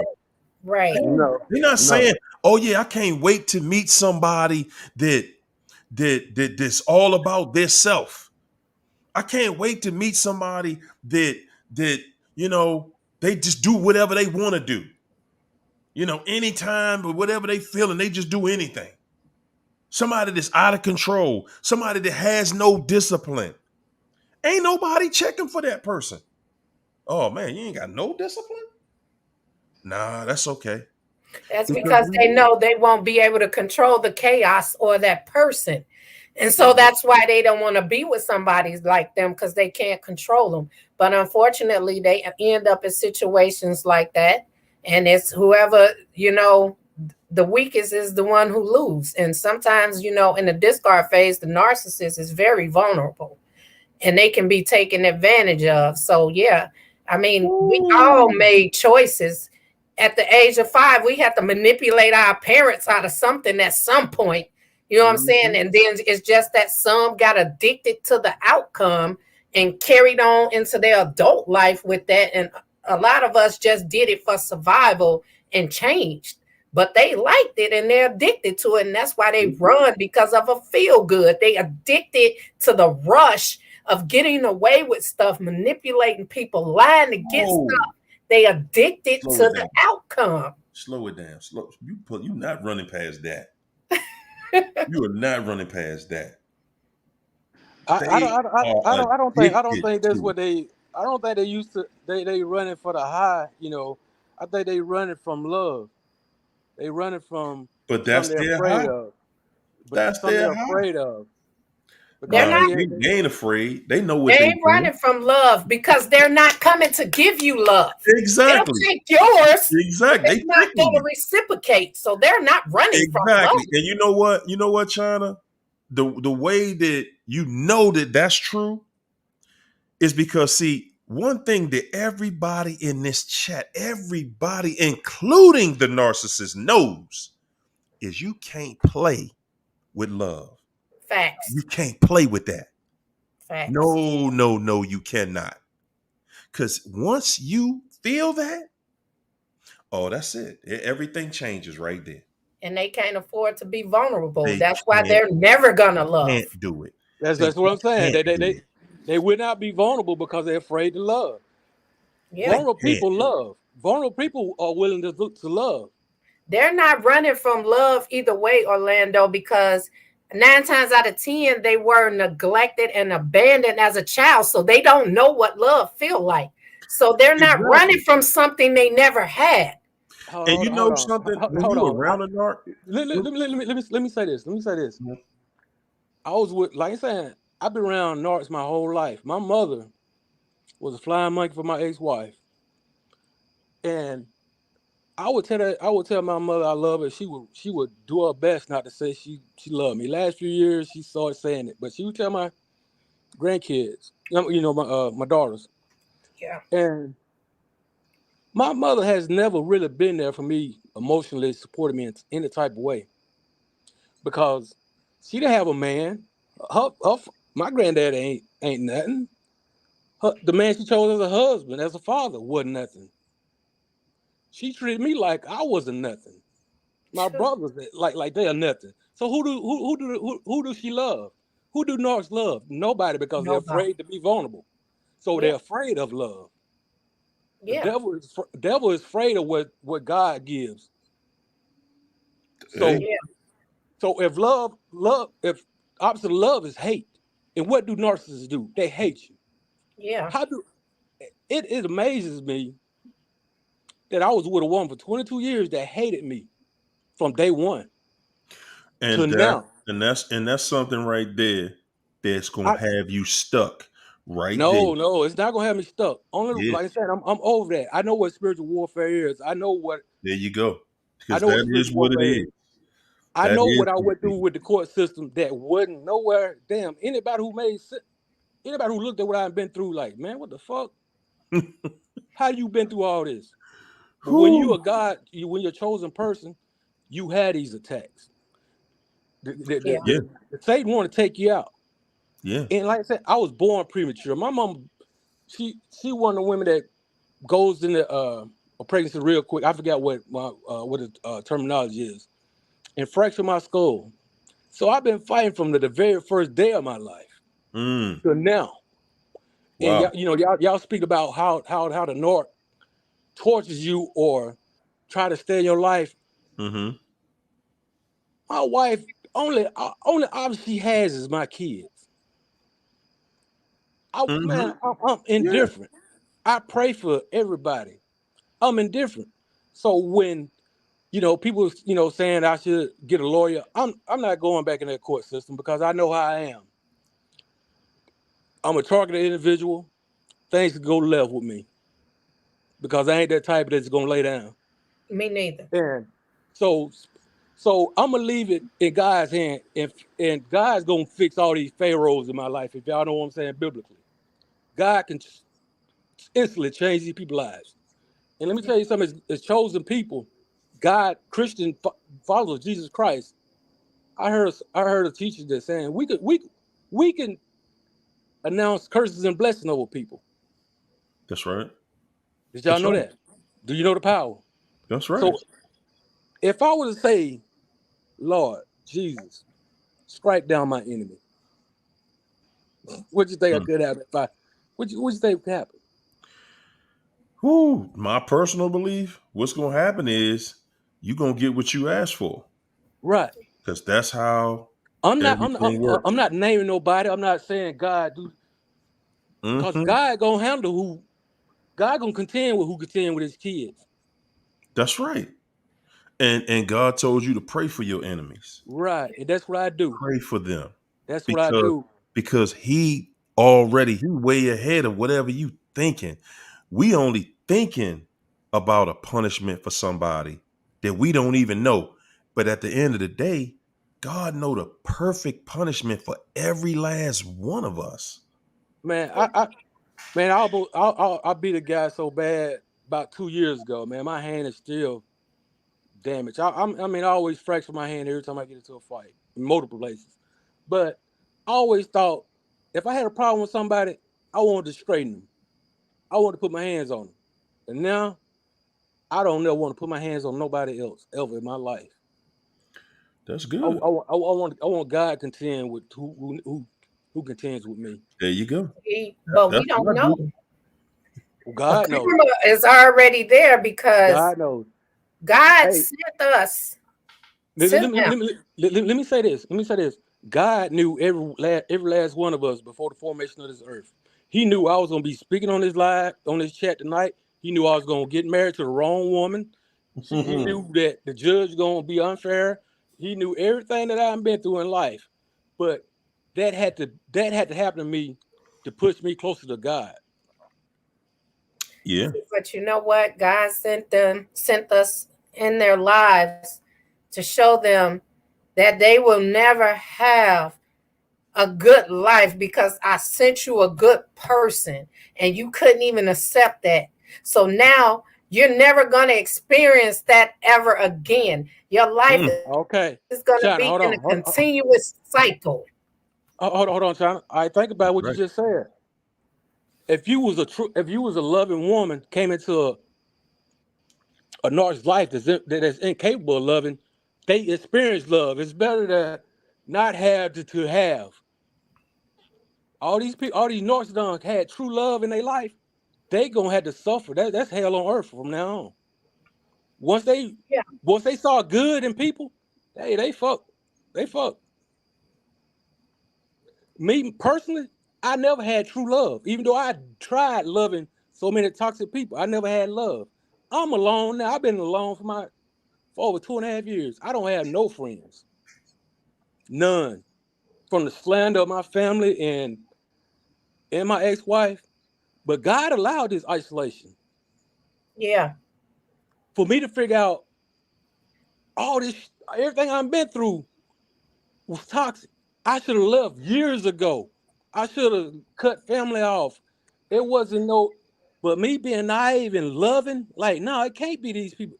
They can't be hating. It can't be jealousy. But like I said, I'm 50 years old. And I came into this knowledge 2.5 years ago that, yeah, your family will hate you. And reading scripture saying your enemies will build your household. The women that I care about the most in my life has been the ones that hurt me the most. My mother, my ex-wife, and my ex-wife using my daughters against me. Mm. Yeah. So if I was a hateful man or a scornful or a scorned man, I'd be out here womanizing it and treating every damn woman bad I could treat.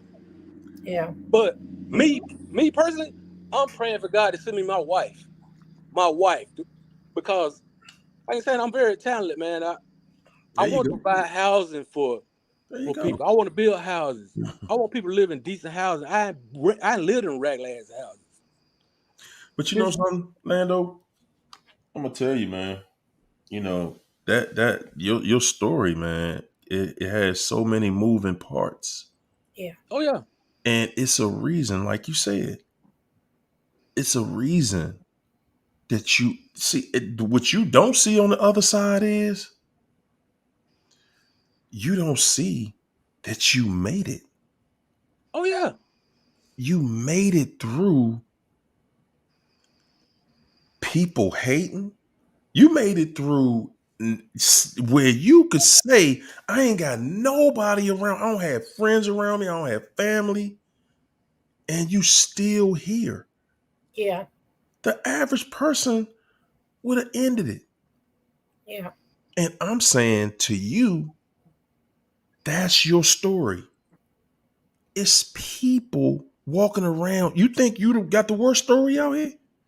oh no sir, no So, sir, so, so, so the point I'm making is it's people that need to know your story. It's people that need to know, man, I done seen all that. The average person couldn't come on here and tell their story. That I'm trying to tell people, listen, man, this mic will make you free. yeah, Mike will make you free because you get to leave it on the altar, man. You get to leave that situation right there where you left it. And you like, man, I'm free now. I ain't got to sit around here in this pain no more. Yeah. And you It's know people, what? it's people in this chat that needed to hear that. Like, damn, it yeah. ain't just me. Like I And said, you know how many people I say just had to that speak every on single day? I had to speak on on a real man, not nobody that a woman had to carry. Uh, my wife never had to go on half on nothing. You Mm-hmm. know, I took care of my mother when she needed things, and because North's so reckless, you know what I'm saying? She bad with money, make money, but bad with money, you know what I'm saying? I always had to be the one to be there for everybody. And then when it came for me, came time for somebody to be there for me, nobody. Nobody from her side of the family reached out to me. My family, people in the streets, nobody. How is that possible? Indeed. And Even the you know worst something? person in the world got a friend. And you know what, man? I'm so glad you saying this tonight, Lando, because so many people think that men, and it's men walking around. Y'all ladies, y'all wonder why so many men walking around here so damaged.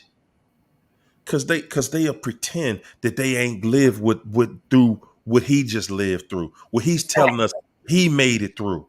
Yeah. They just go out here and develop a bad habit and just delusional and can't put it back together. Yeah. You still able to sit in here and talk and tell your story. That ain't easy to do, especially for men. Yeah. We ain't got no shoulder to cry on. No, nobody want to see No. no man crying nowhere. You And got to Harry, man up. That's all we're taught. You got to man up, champ.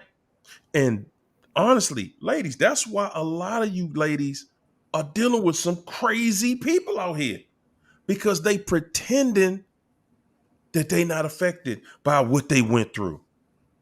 They pretending. And they absolutely are affected. Now, I'm not saying give nobody no pass Right. because if you no, don't got get an nobody no issue, pass. Don't let no, don't if let you nobody no got an pass. issue, you got to get it straight. See, And that's all of us. and Harry, you Harry, know what, Orlando? Like I spoke on before, you one of the blessed ones because I had a sister, which her birthday is next Friday, where she went crazy over a man. This man and his family did everything to take her kids away. And my sister gave up on her health. She gave up on life. And she died still wanting this man and dealing with her kids Mm, being mm, gone. Good God. And she gave up on her health. And it's still painful to me because her birthday is next Friday and she was younger than me. And what they took her through, she couldn't get back mentally. She couldn't get there. And you are blessed because you have not been brought to your knees like she was. And we was there for her. And there was nothing we could do for her because she was gone. Before she was gone physically. Child, let me say this. I saw another podcaster, spiritual, Christian, that people will do root work on you. There's a witch that I think I sent you the link, Harry. That there's a witch, a celebrity witch, that talks about how they put roots on people. I don't know if I had a root put on me, but I'm a child of God. It won't work. But witchcraft is real. It will take your health and your life.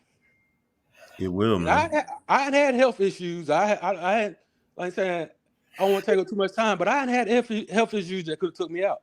That was unexplained. Hey, man. Hey, again, man, I just thank you for coming through and spreading the love, champ. Sticking there with us, man, because you definitely helping a whole lot of people with this one. Hey, Harry, one more thing. And the narcs, they know what they do. They know they mistreat you. They know they torturing you, because back in 2019, man, my ex-wife, we was watching this show called Hunters with Al Pacino. And like I said, it gave me a reference because I went back and Googled when that show aired. When, like I said, it was around, it was during the shutdown, 2019. And I was like, man, why? I was just saying and then talking, like, why people do shit like what they do? And she told me I had a light. My ex-wife always told me I had a light when I walked in the room. I thought she just, just blowing, just you talking. Ain't believe her. You ain't believe I didn't believe it. I didn't believe it. She told me I had a light. Woo, boy, oh boy. And the devil, what do a devil do? Try to extinguish your light, right? That's it. They always tell us, partner. Yeah. So believe it. They scared to love. They can't capable of loving because they're demonic. And we are chosen people. If you're if you're a real one, you're a chosen child of God. Say it and again. You will always be attacked by a devil. Yes, indeed. Hey, I love y'all. Hey, I hope I made sense. I was trying to rush through it, trying to get to, Nah, man, you good. You y'all good be people, good. man. We appreciate you, champ. We Yeah, so appreciate you. Hey, Harry, I appreciate you these 3 nights out of the week, man. They give me something to do, man. Hey, man, we here. That's you helping us. So I'm saying. Hey, yes, gotta throw my little 2 cents in too. There you go. There you go. That's what it's all about, man. I'm gonna get back in It's all chat. about getting it off your chest. Thanks, bro. Woo. Oh wow. We got Flower Bella. Hey, China. You all right, China? Yeah, my cousin, she cheering me up. Can we get a chat to give China a big old hug and some love, y'all? Because she just touched everybody in this camp tonight. She got everybody in here all teared up. Oh no.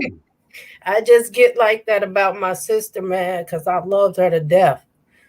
Yeah, and it's still unreal to me. That's painful to have to sit there and watch somebody you love go through that. Yeah. That's pain right there. And you watching it. And the thing about that is that you sitting in and you watching it, so you getting the totality of it. It's not like being inside of it. When you in it, it's like you don't even feel all this abuse happening to you. But when you outside watching, it's like, oh my God, no. It's like watching a freight train just run right smack into a car. And these people don't have no bottom. When she passed away, we wanted the kids to come to the funeral. And we had to basically prove to these people that she was deceased for her. Yes. Wow, man. Yeah. Yeah, these people, they see you in pain and they want to add to the pain. That's it. It's all about adding to your pain and trying to take you out. That's how they are. Woo, Flower Bell. How you Hi, doing? can you hear me? I do. How Okay. you doing? I'm not doing good because I was thinking about my life today for real, Mm-hmm. and I thank everybody for insisting. And I tried really hard to get in touch with you guys, but technology, everything was going. I mean, the devil is out there. They refuse for me to tell my story. They Mm, refuse. But this guy is deep in witchcraft that they stopped me for coming to you guys tonight. But thank God, thank because God knew if I would when if I didn't talk to you guys today, I was gonna me. So I'm glad you guys took me, and I'm glad you guys saved me. I'm gonna be alive because all I need is to talk to somebody before myself. So the fact that I talked to you, you guys saved somebody because you're gonna hear about me in the news tomorrow. So Oh I my think God.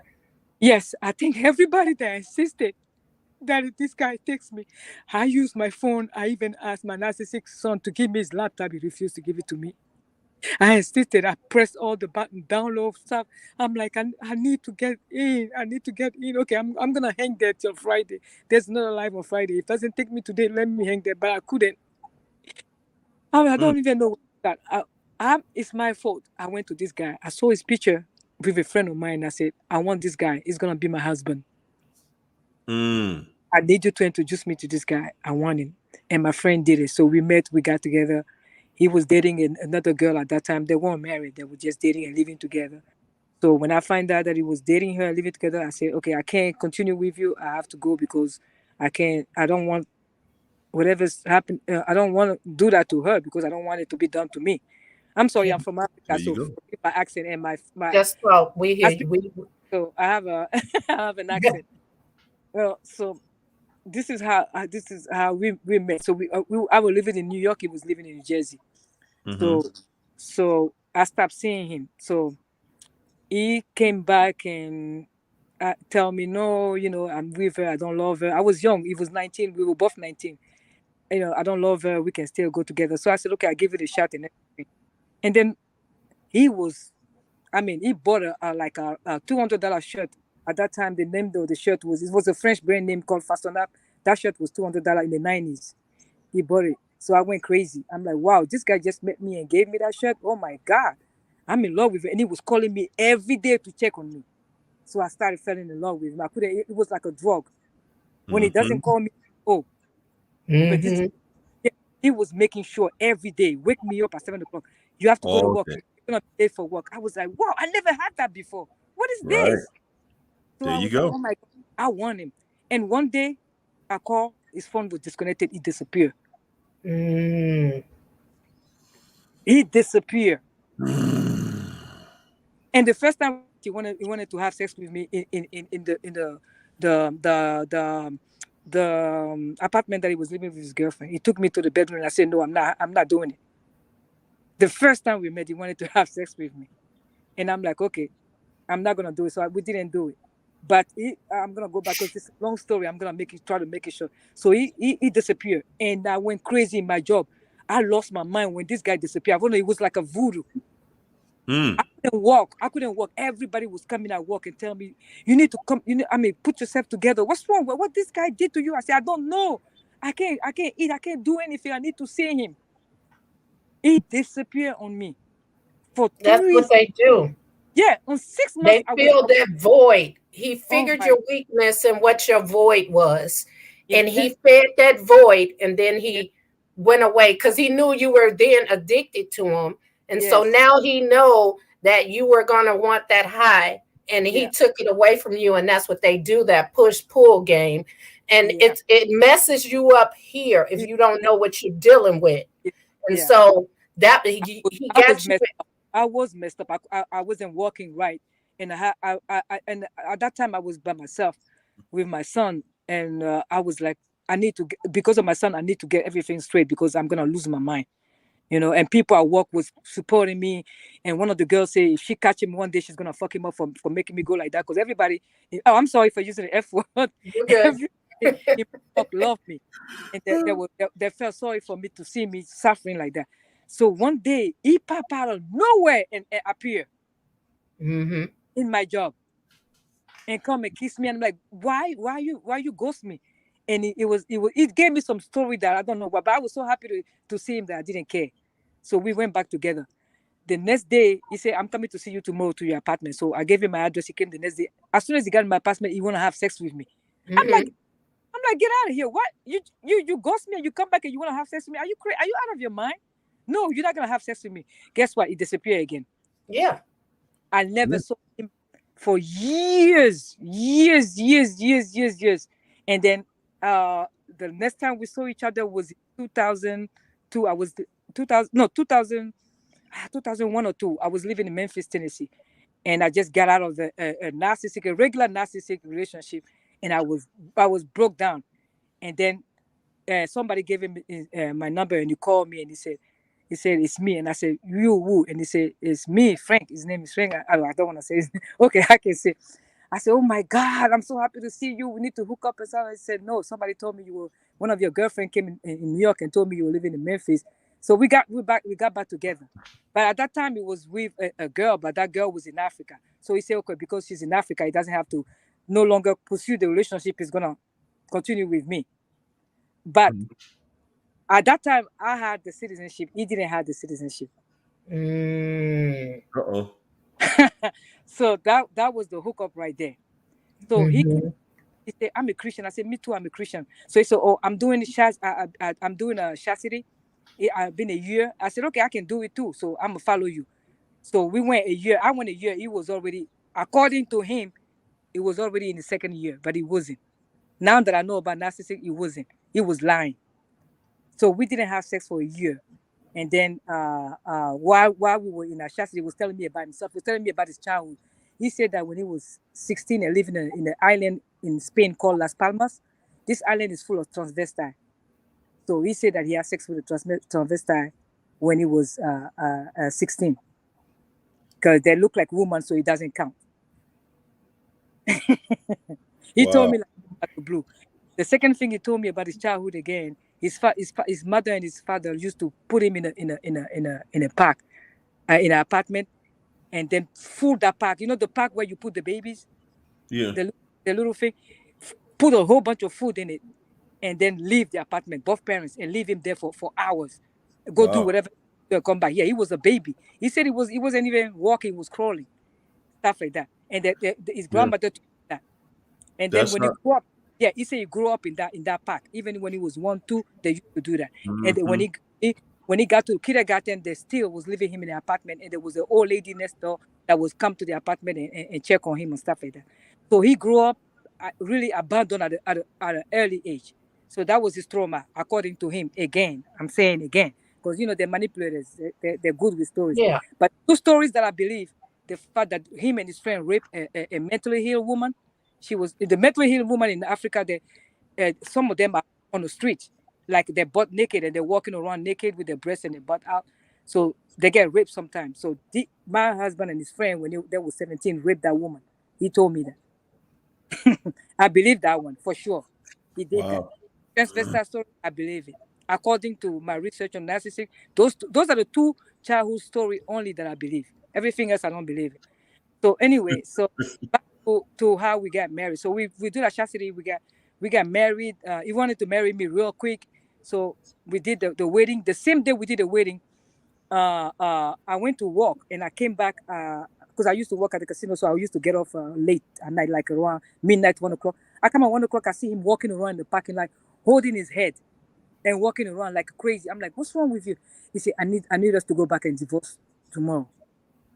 I'm like, you crazy? I've been waiting for a long time to get married. I'm gonna divorce. He said, I want to divorce. I think I made a mistake. I want to divorce. I say, okay, tomorrow you go by yourself. I'm not following you. You go. I'm not following. I've been waiting for a long time to be married. I'm not divorcing. You go. So that's how we didn't divorce, and then we moved to Virginia. Let me tell you, He said he wanted to divorce the day after y'all got married. Yes, like he made a bad decision. Like his demons were talking to him. He was walking around the street, like I'm telling you, on the street with his hand like this on his head, walking around. And I came with the car like, what is this guy doing walking around at 1 o'clock? I said, you're gonna get killed. Do you know we're in the ghetto? This is Memphis. No. So the reason he did that was because he knew he had you at that point. I done married you. I done took you through this whole long process. You ain't going nowhere. But I'm about to go ahead out here and start just dogging you. Oh, Yeah, that's what wow. he was saying. Yeah, I'm about to dog you. I want to go get my other women that I've already got lined up. And, by tomorrow, you're going to know that I'm with other women. So I might as well tell you today. Wow. The only way you're going to say something like that, I made a mistake. I You're was. not going to do it. He said, let's go divorce the next day. I said, you go on your own. As I told him, you go. I'm not going to follow you. You free to go, though. I'm not following you. That was just So to make you fear being abandoned, so you can comply and do whatever he wanted. If he threatens to leave you, then you'll do whatever for him to stay. But China, that's what happened, because now he told me, okay, you need to follow me in Virginia. And I said, well, I'm making money here. I don't want to move. He said, listen, you want to stay married or you done? And I said, okay, I'm coming. So we moved to Virginia, and I have with my son, because my first son is not his son. So we moved to Virginia. My poor little 6-year-old. So we moved to Virginia, and as soon as we moved there, he was so jealous of my son. Behind my back, he was abusing my son. Like my son was so smart in school that I gave him everything. I spoiled my son because he was smart. So the latest PlayStation, he had it. When me and him was living together, my son had his own room. He had everything. His room had everything. If you see my son's bedroom, you will think that it's a spoiled child from Hollywood. It was me and him, but I was giving him everything. Right. So he was a son at this age, had all this stuff. And I said, but he was complaining, why you gave him all this? I said, but he's doing good in school. It's normal. I have to give him all this stuff because he's doing good and he respects me. He's a good boy. He's not disrespectful. Everybody in the school love him. And then he goes and do competition, mathematics competition online, where he's always in the first in the state of Tennessee. So I'm proud of him. That's why I'm spoiling him. Do you know what he did? One day, I don't know where I was. He took my son's computer and gave it to one of his friends and said that my phone disrespected him. That's why he did that. Then took my son's PlayStation and throw it in the garbage. Because he felt like your son was his competition. Yep. Yeah.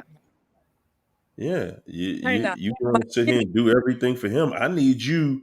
He's saying, how dare you show your son attention? You my slave. Right. Yeah. Yeah, you belong to me.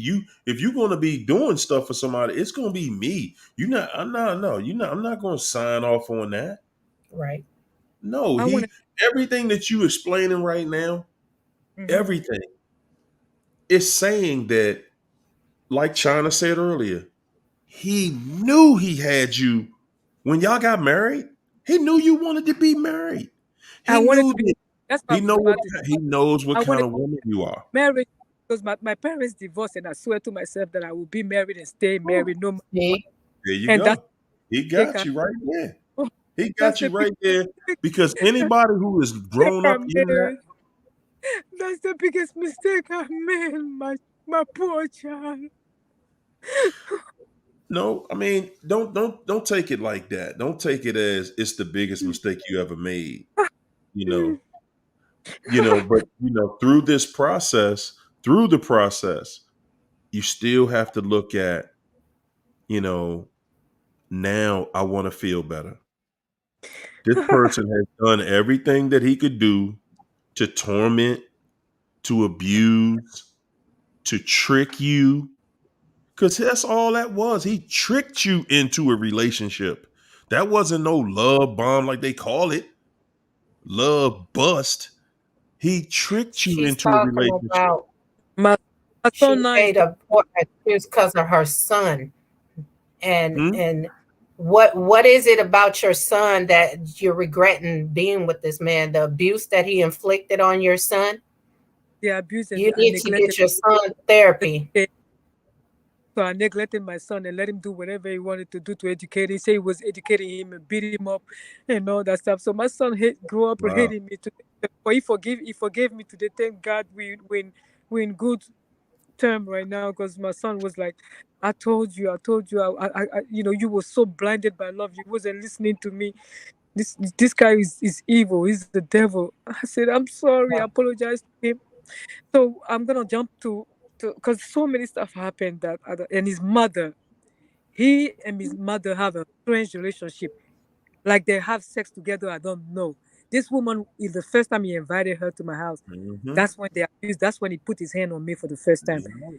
There was a bedroom where she was supposed to sleep, but she preferred to sleep in the living room. And every time she's in the living room, she get dressed in the living room and everything. She would take her clothes off in front of her son and put it back on. I'm like, what kind of sorcery is this? What is this? Why is your mother get dressed in a living room when we have a room? She can sleep with my son in a room over there. We gave her a room to sleep. Why she sleep over there? He said, talk to her. You don't want to listen to me. I said, what is this? And one day he had something in his butt. He took his clothes off to show his butt to his mom so she can see what was going on in there. Wow. I said, what And did that's happen all right in front of you? right in front of me? And she takes her clothes off when she wants to get dressed. She's naked. My son saw her naked. Whoa. Wow. She got naked in front of your son? Each other. And they call each other every day. They talk about, they gossip about everybody. Every day, call his mother like his lover. They call each other every day. Nonsense. She don't even check on her grandchildren. I have 2 kids with my husband. She never call and check on them. Never. Birthdays, nothing. When she calls at 6 o'clock in the morning. They talk for 2 hours, talk about everybody and me and my kids. They gossip about me. They were obsessed about me. They talk about me every day. If I have a boo-boo, like one day, when I got my menopause, he took the phone and called his mother and told her. I said, I can't have something for myself. Everything about me, even my inside my body, you have to tell your mother. I can't do anything more. Yeah, that's a whole I'm nother done. level right there. Yeah, that's why my story need to be told, because maybe somebody else is going through the same thing. The narcissistic mother, she got abandoned by her husband. To her husband, she was so evil that her husband ran away. He didn't even pick up his stuff. He left everything in the house and left her. Wow. That's how evil and faithful she was. And he didn't tell me the truth about it. He told me that his mother committed adultery. That's why his father left her. And then he come around and try to change the story. And I said, don't change the story. The one you told me before is right. She committed adultery. That's the reason why she got so, because he told me that he doesn't forgive adultery. If I commit adultery, he will divorce me, or he will, and if I cheat on him, he will. So he doesn't tolerate that. So guess what? I never committed adultery. Never cheated. 20 years of marriage, never cheated on this guy. Been faithful. I'm gonna skip everything. Oh my God, he abused his own kid too. The 2 kids that we have, he did the same thing. He abused everybody around him. He has a daughter that he didn't take care of. He got his ex-girlfriend pregnant and left her with the baby and ran off, newborn baby. I'm the one that reunited the whole family, brought that girl back with our grandbaby and everything. He was so jealous of my grandbaby that he told his daughter, his own daughter, that I was abusing that grandbaby to come pick up the baby, and she came and pick up her son. Man, oh man. This guy is crazy. Mental case. So the day that he wanted to leave me, oh my God, this is a long story. So many things happened that I have to jump and go to the essential. Man. So he didn't want me to walk, so I wasn't walking.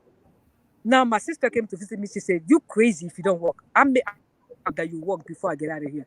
So she found me a job with a high-end company that I don't want to name here in Tyson Mall in Virginia. When I started walking, that's when everything went south. This guy went crazy. He lost his mind. You're gonna leave me.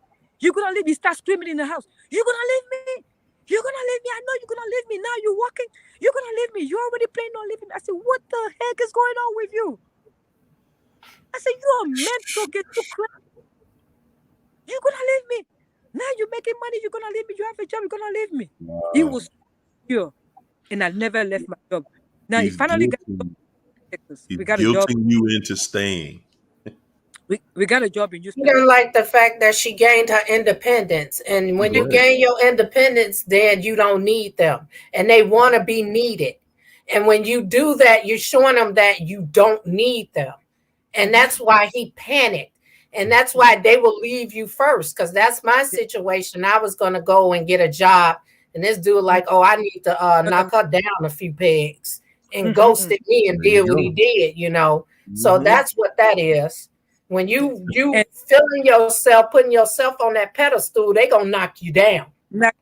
that's what he did. He put and this he did put me on the pedestal himself, and then knock me down. When we moved Yeah. to Houston, that's what he did. In Houston, he treated me like a queen. He made believe that he changed. He wasn't abusing me at the beginning when we were here. We moved here because he got a job with a oil company. So we moved here. And so since I'm in a new town, I can't find a job. So I looked for a job. I didn't find it. He was happy that I didn't find a job. He didn't even help me. Yeah. Sitting home taking care of his kids. He was talking bad to me and take me out to a fancy restaurant and blah blah blah. All that stuff. So I also forgot when I met him. I want to tell you that this guy never been lucky in his life. When I met him, he took all my energy, the blessing that God gave me. So everything was going towards him. When I met him, as soon as he got with me, he got a job. This guy spent years without getting a job. They call him and they say he can start the job the next day. Same thing with Houston. He was getting blessing and blessing. This guy was getting blessing nonstop. And when I met him, he looked like S. He looked like shit. He became, it's like my spirit was getting transferred to him. Like sometimes I will look at him and I will see me. I'm not playing. I will see a reflection of me looking at him. He took all my spirit, whatever that was transferred to him. He That's was what acting. it is. Yeah. He was when he you're dealing with a narcissist, you dealing with the devil, you're standing in the way of their karma. You holding that karma back. You ain't completely shielding them from it, but you getting the karma because you gotta see it and you gotta see what's meant for them. Yeah. And sometimes that is just so much of a spiritual attack on you that God have to remove them in order to protect you from what they have coming. That's exactly what happened. And I went Yes. right now we're going through a divorce. So he the divorce didn't even start it because he's divorcing me, but he never put a court date. He's over there taking sweet time to do a court date. This is what I lost. These are my twins when he abused me. They're dead. Oh, wow. Yeah. My twins are dead. Thank to him. These are all the stuff that I have against him. He entertaining this girl right here. Is this young girl? She's 50 and I'm 53 and I look like I'm 18 next to her. She's over there living the best life, like the generation they're living the best life. So my husband is a sugar daddy. They don't live their best life. Let me tell you something. I'm not gonna call her a friend, but I hang with her. This girl have Say it like it is. so many men that we have to name them Mississippi, Biggie, movie, this, that. I'm telling you, to be able to tell who's who. And so she is not happy with any of them. It's just that she's cheating on her husband. She's not happy. They both are narcs. And she's doing what she's doing, and she have all these people, and she's not happy in none of those situations. She's not happy. I be with her when she meet new dudes, and she ain't even excited about them neither. Do we think that these people go over here and be excited about new people? They don't. That's all for show. They just collecting bodies so they can never be alone. They live together. He moved with her. When he met her, he's making her believe that he's rich. He bought a BMW with a $200,000 saving that we did in 20 years. He's using it on her. He bought a BMW when he met her. He's impressing her with lies. And she thinks that she met her sugar daddy, a rich sugar daddy. He never took us on the travel. As soon as he met this girl, he went to Puerto Rico. He missed my son's birthday last week and went to celebrate this girl's birthday, spent $2,000 on her. Bought a Versace bag for her. Let me tell you this, though. Yeah, he's doing all that, but in the end, the joke's on her because they can walk away from everything and you're going to be stuck with it. So the joke is on her They walk away. They don't care about all of that. So that's what it is. Yeah, that's a lot, man. That's a lot. And My story. but it's There's typical. there's a whole bunch of things. You see, my twins. I lost my beautiful boys, and that's how I named my two boys that I because I lost the twin. That was our first children, and then I'm after that, sorry. I got two beautiful boys. So I named whatever name I have for the two boys. That's what I gave to the two boys that we have right now. And he manipulated my kid against me. That he's hate me till last week. I showed the birthday party that he threw for this girl. She happened to have the same birthday as my 15-year-old. He was crying. He said, but he was supposed to come and get me. I said, what did I tell you about your father? You made you believe that I'm the one that was evil. I'm the one that make him leave the house. He left you guys to go to be with that young girl, the girl. They live together. I saw them all the video. He was devastated. He said, it's my birthday. I said, well, he's celebrating with her over there. She's born the same day as you, September 8th. That big celebration that they went to an Italian restaurant. She put on the Instagram. I went over there and saw it. They went to an expensive Italian restaurant. I went and then the next day they went to a bowling alley with his family and with her family and friends and all that stuff. But you know something? One thing you don't want to do, you don't want to put the kids in that. You don't want them around it. Hate me. Even though that's a situation or like it's his birthday. So I kind of understand you explaining something to him, but don't even do that because and this is just me, but I just think that when you do stuff to try to, put a child, to show them like, hey, this is what this person is all about. And, and sometimes we'll get angry because we are angry and we got the right to be angry. And you pull that child out there and you show the child how dad is living, child already going through it because the child already lost their foundation. I lost my family, my mother and father not together. So I already don't have that. And then, I'm already dealing with this. Where's my dad at? His dad is going to show him that he's not around. Don't participate in it. Let his father show him I ain't about nothing. Okay. Let the father show him that he ain't about nothing. I was so shocked. That's why my reaction, I was shocked. I'm like, no, I can't believe it. Your son has a birthday, same he's born the same day as That's nothing to mistress. be shocked You about. prepare to go to that woman instead of going to your son. Well, Yeah. listen, my ex and his new supply was on vacation on my son's birthday, and I don't know that I didn't find that out by looking at social media. I found out that during the divorce, looking at bank statements. So, because I didn't watch his social media, I had got off of social media. But that's what they do. I got the and then this guy is so reckless. He doesn't even care. We didn't even started the divorce yet. He filed for the divorce. He didn't put the court date.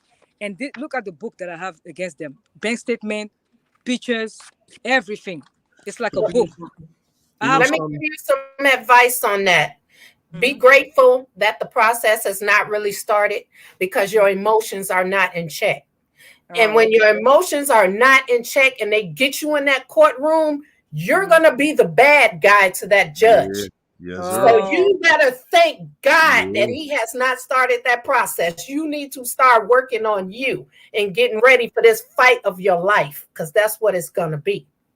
That's what's coming. No, but the thing is, after what I saw yesterday, I just told him that because I didn't, the problem why I was fighting for the house. But right now, I don't even want the house.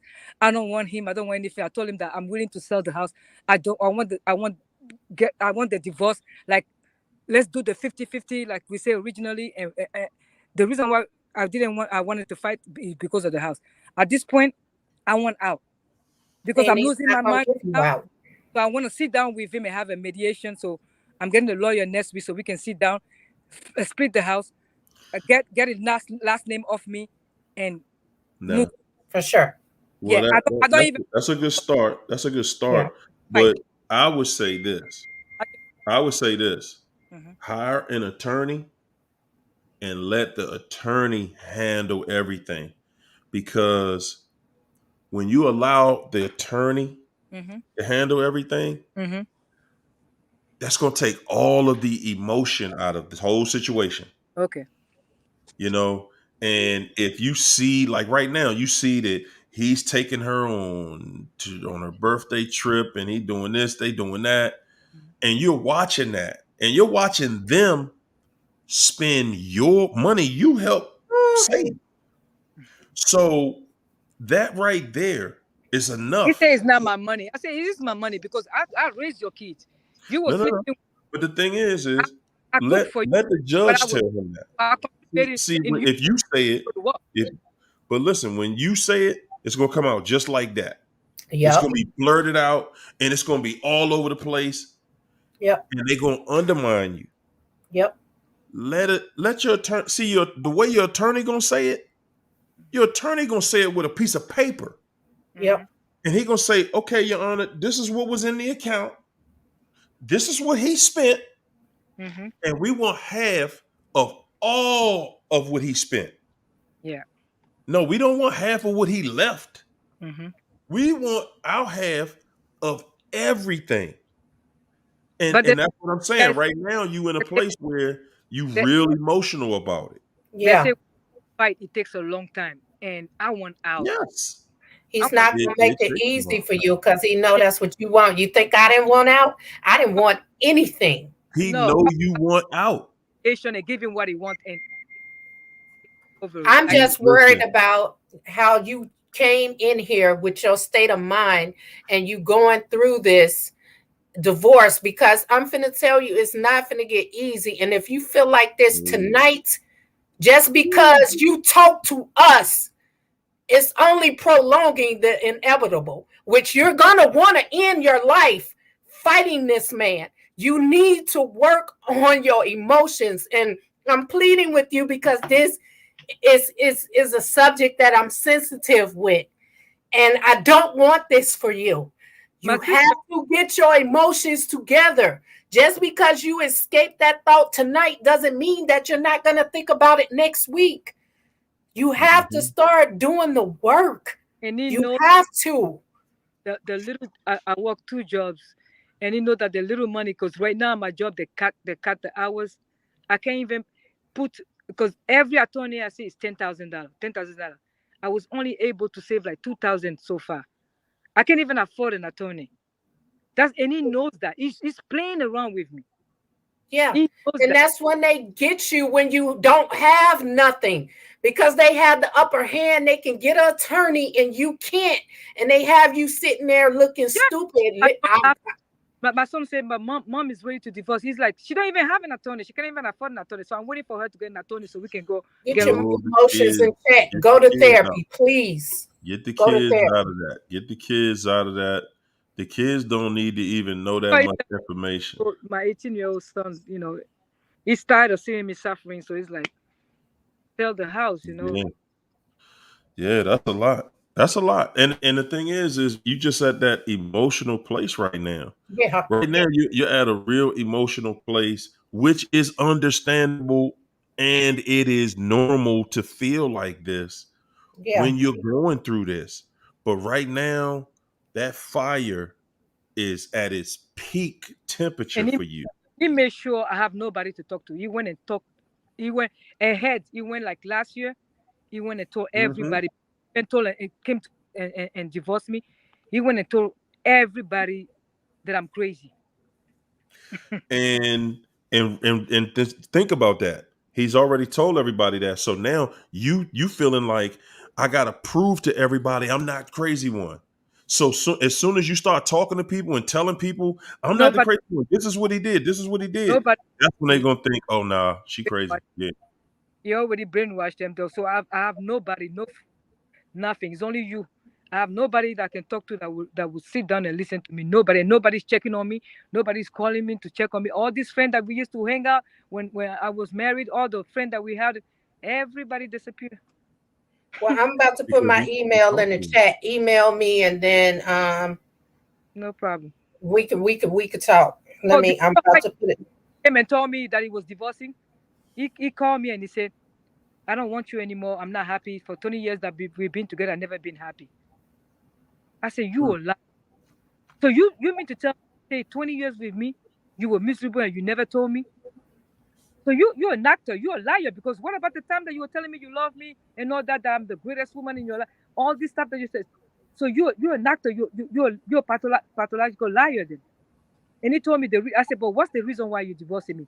Listen very carefully. He said, number one, I disrespect him. Number two, I gossip about him with the kids. Number three, when he took me to the restaurant, I ordered a $200 lobster. I said, you lying, you seeing somebody. And he said, I'm not seeing somebody. I said, no, you are. Because the reason you're giving me is don't make no sense. It don't make no sense at all. Yep. You divorcing me because I'm disrespecting you. We've been fighting for 20 years. You disrespected me, you abused me. If anybody should divorce anybody, it's me. You beat the crap out of me. I never called the police on you.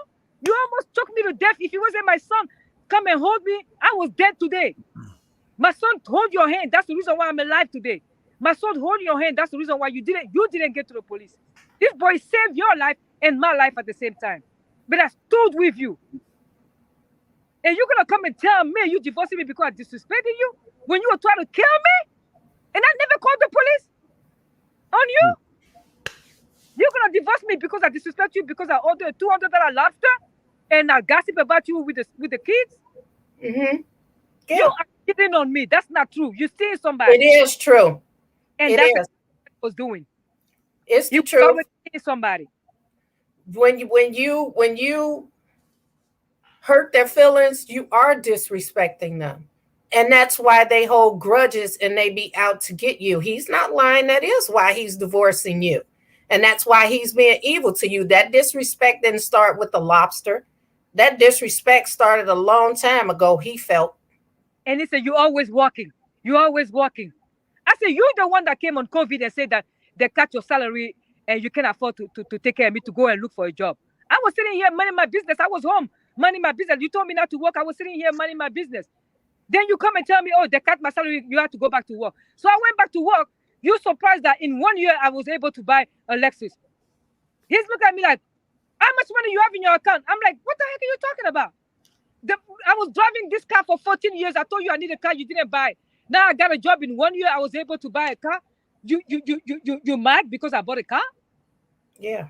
When you refused to buy me a car, I was driving that Passat for 14 years. The roof of the Passat came down on me with the kids. The AC was out. You didn't even buy a new car to give me.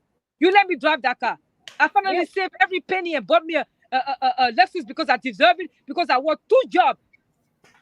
And you tell me I'm working too hard. I'm not taking care of you. I'm not cooking for you anymore. When you're the one that told me to go to work because your salary got cut. And then when they gave you back your salary, you never told me. And he befriended me with his co-worker so he can have sex with her. One of his co-workers, he made sure that, oh, she got a problem. I want you guys to be friends. Stupid me, I became friends with this girl. They were fucking behind my back. Sorry. You're good. Whoo, boy, oh boy. We have a gym. We have a gym in the garage.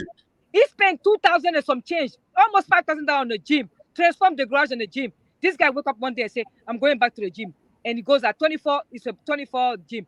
So he goes at 3 o'clock every morning and go with his co-worker, and God knows what they do over there. Every 3 o'clock. I say, why you spend $5,000 on a gym at home if you are going to go back and subscribe to the gym? That was the time that he decided to cheat. All this time that he was leaving the house at 3 o'clock in the morning to go to 24-hour gym, he was meeting people over there and have sex with them. Prostitutes, you name it. You can have sex with prostitutes. That gym ain't no joke. Yes, indeed. Yeah. I mean, so what do you miss about him? Why you miss him so much? Nothing. I just want out. I just want to run away. I sometimes I want just some beings to come and pick me up and send me somewhere far away and take my last name, take everything off of me. I don't want him. I don't want to be anywhere around him. Yeah, that's smart. I wish my 2 last kids were 18, so I was gonna just put them in an apartment and go live my life somewhere else.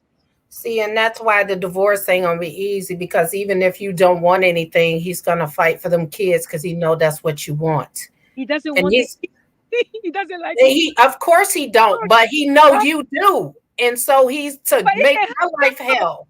I'm not fighting for the kid. He can have them. I'm not fighting. Those two kids are narcissistic already. They try to kill me. I'm not. I'm not fighting for Okay. them. He Whew, built them to be narcissistic, just like man, him. we're gonna have to bring you back on Friday. Good gracious. Yeah, you could come back on Friday. Escape a lot We of have to work that out. like Wow. 20 years is not one day. A lot happened in 20 years. A lot. Yeah, it's a lot to unpack Yes. on this one. Goodness gracious, you got the whole team Hmm. Yeah, around Sean there. says she's in so much pain. I agree. I Oh my agree. Yeah, God. man. You don't know what this guy is doing to me, man. Now I'm like, I'm ready to do. Sometimes I'm like, you know what? Forget the house. But I'm like, but I suffered for 20 years, though. I cannot go like that, empty-handed. Let me at least have the money for the house when we sell it. And I'm like, no. So sometimes I talk to myself, I'm like, no, just leave it. Just go. No, I suffer too much. I need to sell that. I need. See, oh my God. Yeah. And sometimes So, I be so, sitting so the down. I first don't know thing if you know I'm this. gonna just You say, see me when just I talk. calm I'm down. like this. I'm like this. I'm like this. I'm like this. I never been like that before. I never talk with my eyes closed. I don't do that. This is something new. Oh my God. Hey, well, And I have listen. family here. I came when I was 19. No brother, no sister. He knew that. He knew that. They know I don't. He know I'm suffering because I have nobody but my two kids and my 34-year-old in Virginia. Yeah, he just basically using everything against you, Yeah. and that's And how he set that up from the beginning. he's still paying the bill and he lied to people. If I'm that evil, why I'm still paying the bill when I don't even live there? I said, because all the freaking bill is on your name, you mother effer. You're not paying the bill because you're nice. You paying it because every fucking thing here is on your name. That's the Mm, only because you want to show off, so you want your credit to be slick, so you can go ahead and show off outside. You would do anything to keep your credit clear. So that's the reason why you're paying the bills here. You're not paying because that's his first weapon. And I know he's gonna use it in court. That's his first weapon. I'm paying all the bills, she's not paying anything. Even their phone, I'm paying for it. Even because it's under your name. It's under your yeah, name. I know yeah. for a fact that you're so evil. If everything was under my name, you were gone. And let the people kick me out of the house because my job don't allow me to. The money I make cannot even pay the mortgage. You know all that. So you have me trapped in this house. I can't go nowhere, and I'm gonna stay here till I'm 100 years old, taking care of your kid while you're living your life. And then when one day you break your leg or you lose something, you come back home crawling, and I will take care of Mm, you. Crazy mm, if mm. I do. You crazy. So he put me on hold. I'm sitting here on hold. He's not divorcing. He doesn't put a court date, nothing. His excuse. He's waiting for me to get a lawyer. Okay, I'm gonna get a lawyer. I'm gonna go. I'm gonna ask people to help me get a lawyer, and then we're gonna see. I bet you, even when I find the lawyer, is gonna find an excuse Hey, because he old. I want you to email me your phone number so you can talk to me tonight because I know his show can't go on all night, Yeah, and I know you need somebody to talk to. I put my yeah. email in the chat. I want you Okay, to email me your phone number so that I could call you. I will. I will. Well, thank you for listening to me Please because do so. Absolutely, I can sleep in because absolutely. Yeah, I can't even talk like that with anybody here. People are so you can't even have a conversation with people. They're looking at you like you're crazy. Like yeah. telling It you, was No, brave of you to come you live on here, and I oh respect yeah, yeah, I'm that. And telling you. Absolutely. yes, please email me your phone number. Soon as I get off of this, I'm gonna call you. Please okay, I will. email me your phone Yeah, number. I'm gonna email you my phone number. I will. Okay. Okay. Okay. Hey, Flo Bell, thank you, thank you. Good Yeah. night. Yeah, we're gonna bring you back. We're gonna get Okay. you right. No We're problem. gonna Yeah. get you together. All Okay. right. Like, Thanks again. Thanks again. was that Yeah. Uh-uh. She needs somebody to talk to. I don't want her to go to get through this night alone. If I gotta be there, I'm gonna be there. Yeah, man. That is serious right there. Yeah. That is serious right there, man. And you know what? Really, her whole story just really reminds us of where we were at the beginning. The exact place we were at the beginning when you know, when this thing was brand new, and you can tell that pain is brand new. He is taking this woman through 20 years of craziness. Yeah. Your wedding, the day after your wedding, he want a divorce, all the way up to now. If it started out then, it started out before then. So you could just imagine where they're at right now. You And now know, you see why it's so hard to pray for these people, because of the stuff that they do to you. It's not man, that simple. no, it's not. It's not. It's not. But it's not about being simple. You know, it's about, hey, you know, if we gonna stay in this, remember that fire is hot. Okay, you're gonna keep sticking your hand in it, and that's what we do. That's what we do. The fire is so beautiful, we just want to touch it. And we get burned every time.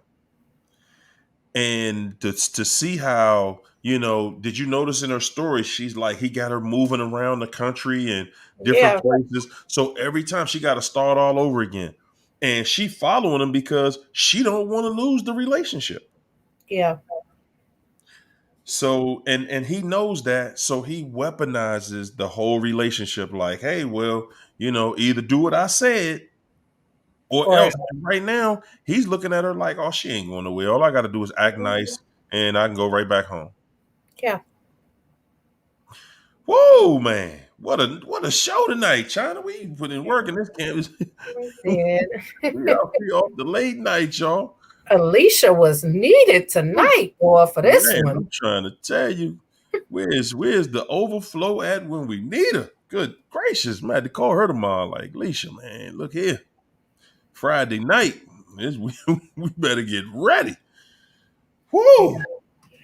Hey, Yeah. well, ladies and gentlemen, we just gonna see y'all Friday night, man. We're gonna pick it up. We're gonna pick it up Friday night, man. And we're gonna keep on doing, you know, I just think that the more you get this off your chest, Yeah. you know, the better space to push you in. You know, when you ain't got nowhere to let this out at, it's like, man, what is going on? Like, you just feel like you losing it when you cannot voice what you dealing with, and you just holding all this in. You just bloated, walking around all bloated up. Yeah. You know, pressure bust pipes. Yeah. You know, pressure The bust. pressure also formed diamonds too. Yes, indeed. Yes, indeed. Yeah. Yes, it does. Yes, it does. Well, listen, we're gonna jump out. Yeah. And we're gonna pick this back up on Friday. Good gracious, what a show And I tonight. feel I'm not at ease. I hope she just emailed me, man. I'm not gonna sleep tonight. Yeah, man. She really got a lot to unpack. Yeah. It's just like I said, she's right at the very beginning, and you could tell she done put up with so much. Yeah. She done put up with so much. That's why she can't even have peace. She Yeah. can't, and that's how a narc wants you. They want to put so much on you that you can no longer maintain a peaceful state of mind. Now you just frantic, like everybody you talk to, you just frantic. And he's obviously locked her out from everybody that she knows that she could talk to, because she Yeah. is like, everything she says is blurted out. So nobody's gonna be able to make sense of it, you know. But we're gonna get you right. We're Yeah. gonna get you right. Hey, for everybody who think they got the worst story, I'm trying to tell y'all, man. I'm trying to tell y'all. It's it's the only thing you can say is, man, this devil is out here. Yeah, We man. calling it one thing, but man, this devil is out here, y'all. And that's This why devil I'm staying out. in it. This is why I do what I do. Say that. Man. Say it with you. Oh man, Friday night, y'all. Hey, y'all. Friday night, we gonna get it in. Y'all don't want to miss Friday night. Y'all don't want to do that. We're gonna keep on doing what we doing, family. Yeah. All right. So I'm gonna let y'all out because we getting late. Yeah. But hey, it ain't late to us because you know, the thing is when you doing something that you really care about, when you really trying to get to a place where you don't feel like that no more. Cause that's pain she in. Yes. She is frustrated, man. And she's frustrated to a fault. She's frustrated to a point where she like, man, I done took everything off this dude. I done took everything from him. And she's like, everything that he threw at me, I dealt with it, and I still try to work this mess out, and he still run off. Yeah. 20 years, 2 or 3 kids, and they still gonna run off and leave you hanging. Yeah. Yeah. Yeah, we ain't finished. Friday night, y'all. Y'all know what it be. Y'all know what we gonna do. I'm gonna see y'all. We out. Bye, Peace. And guys. Soul Train. God. Good Yeah. night, y'all.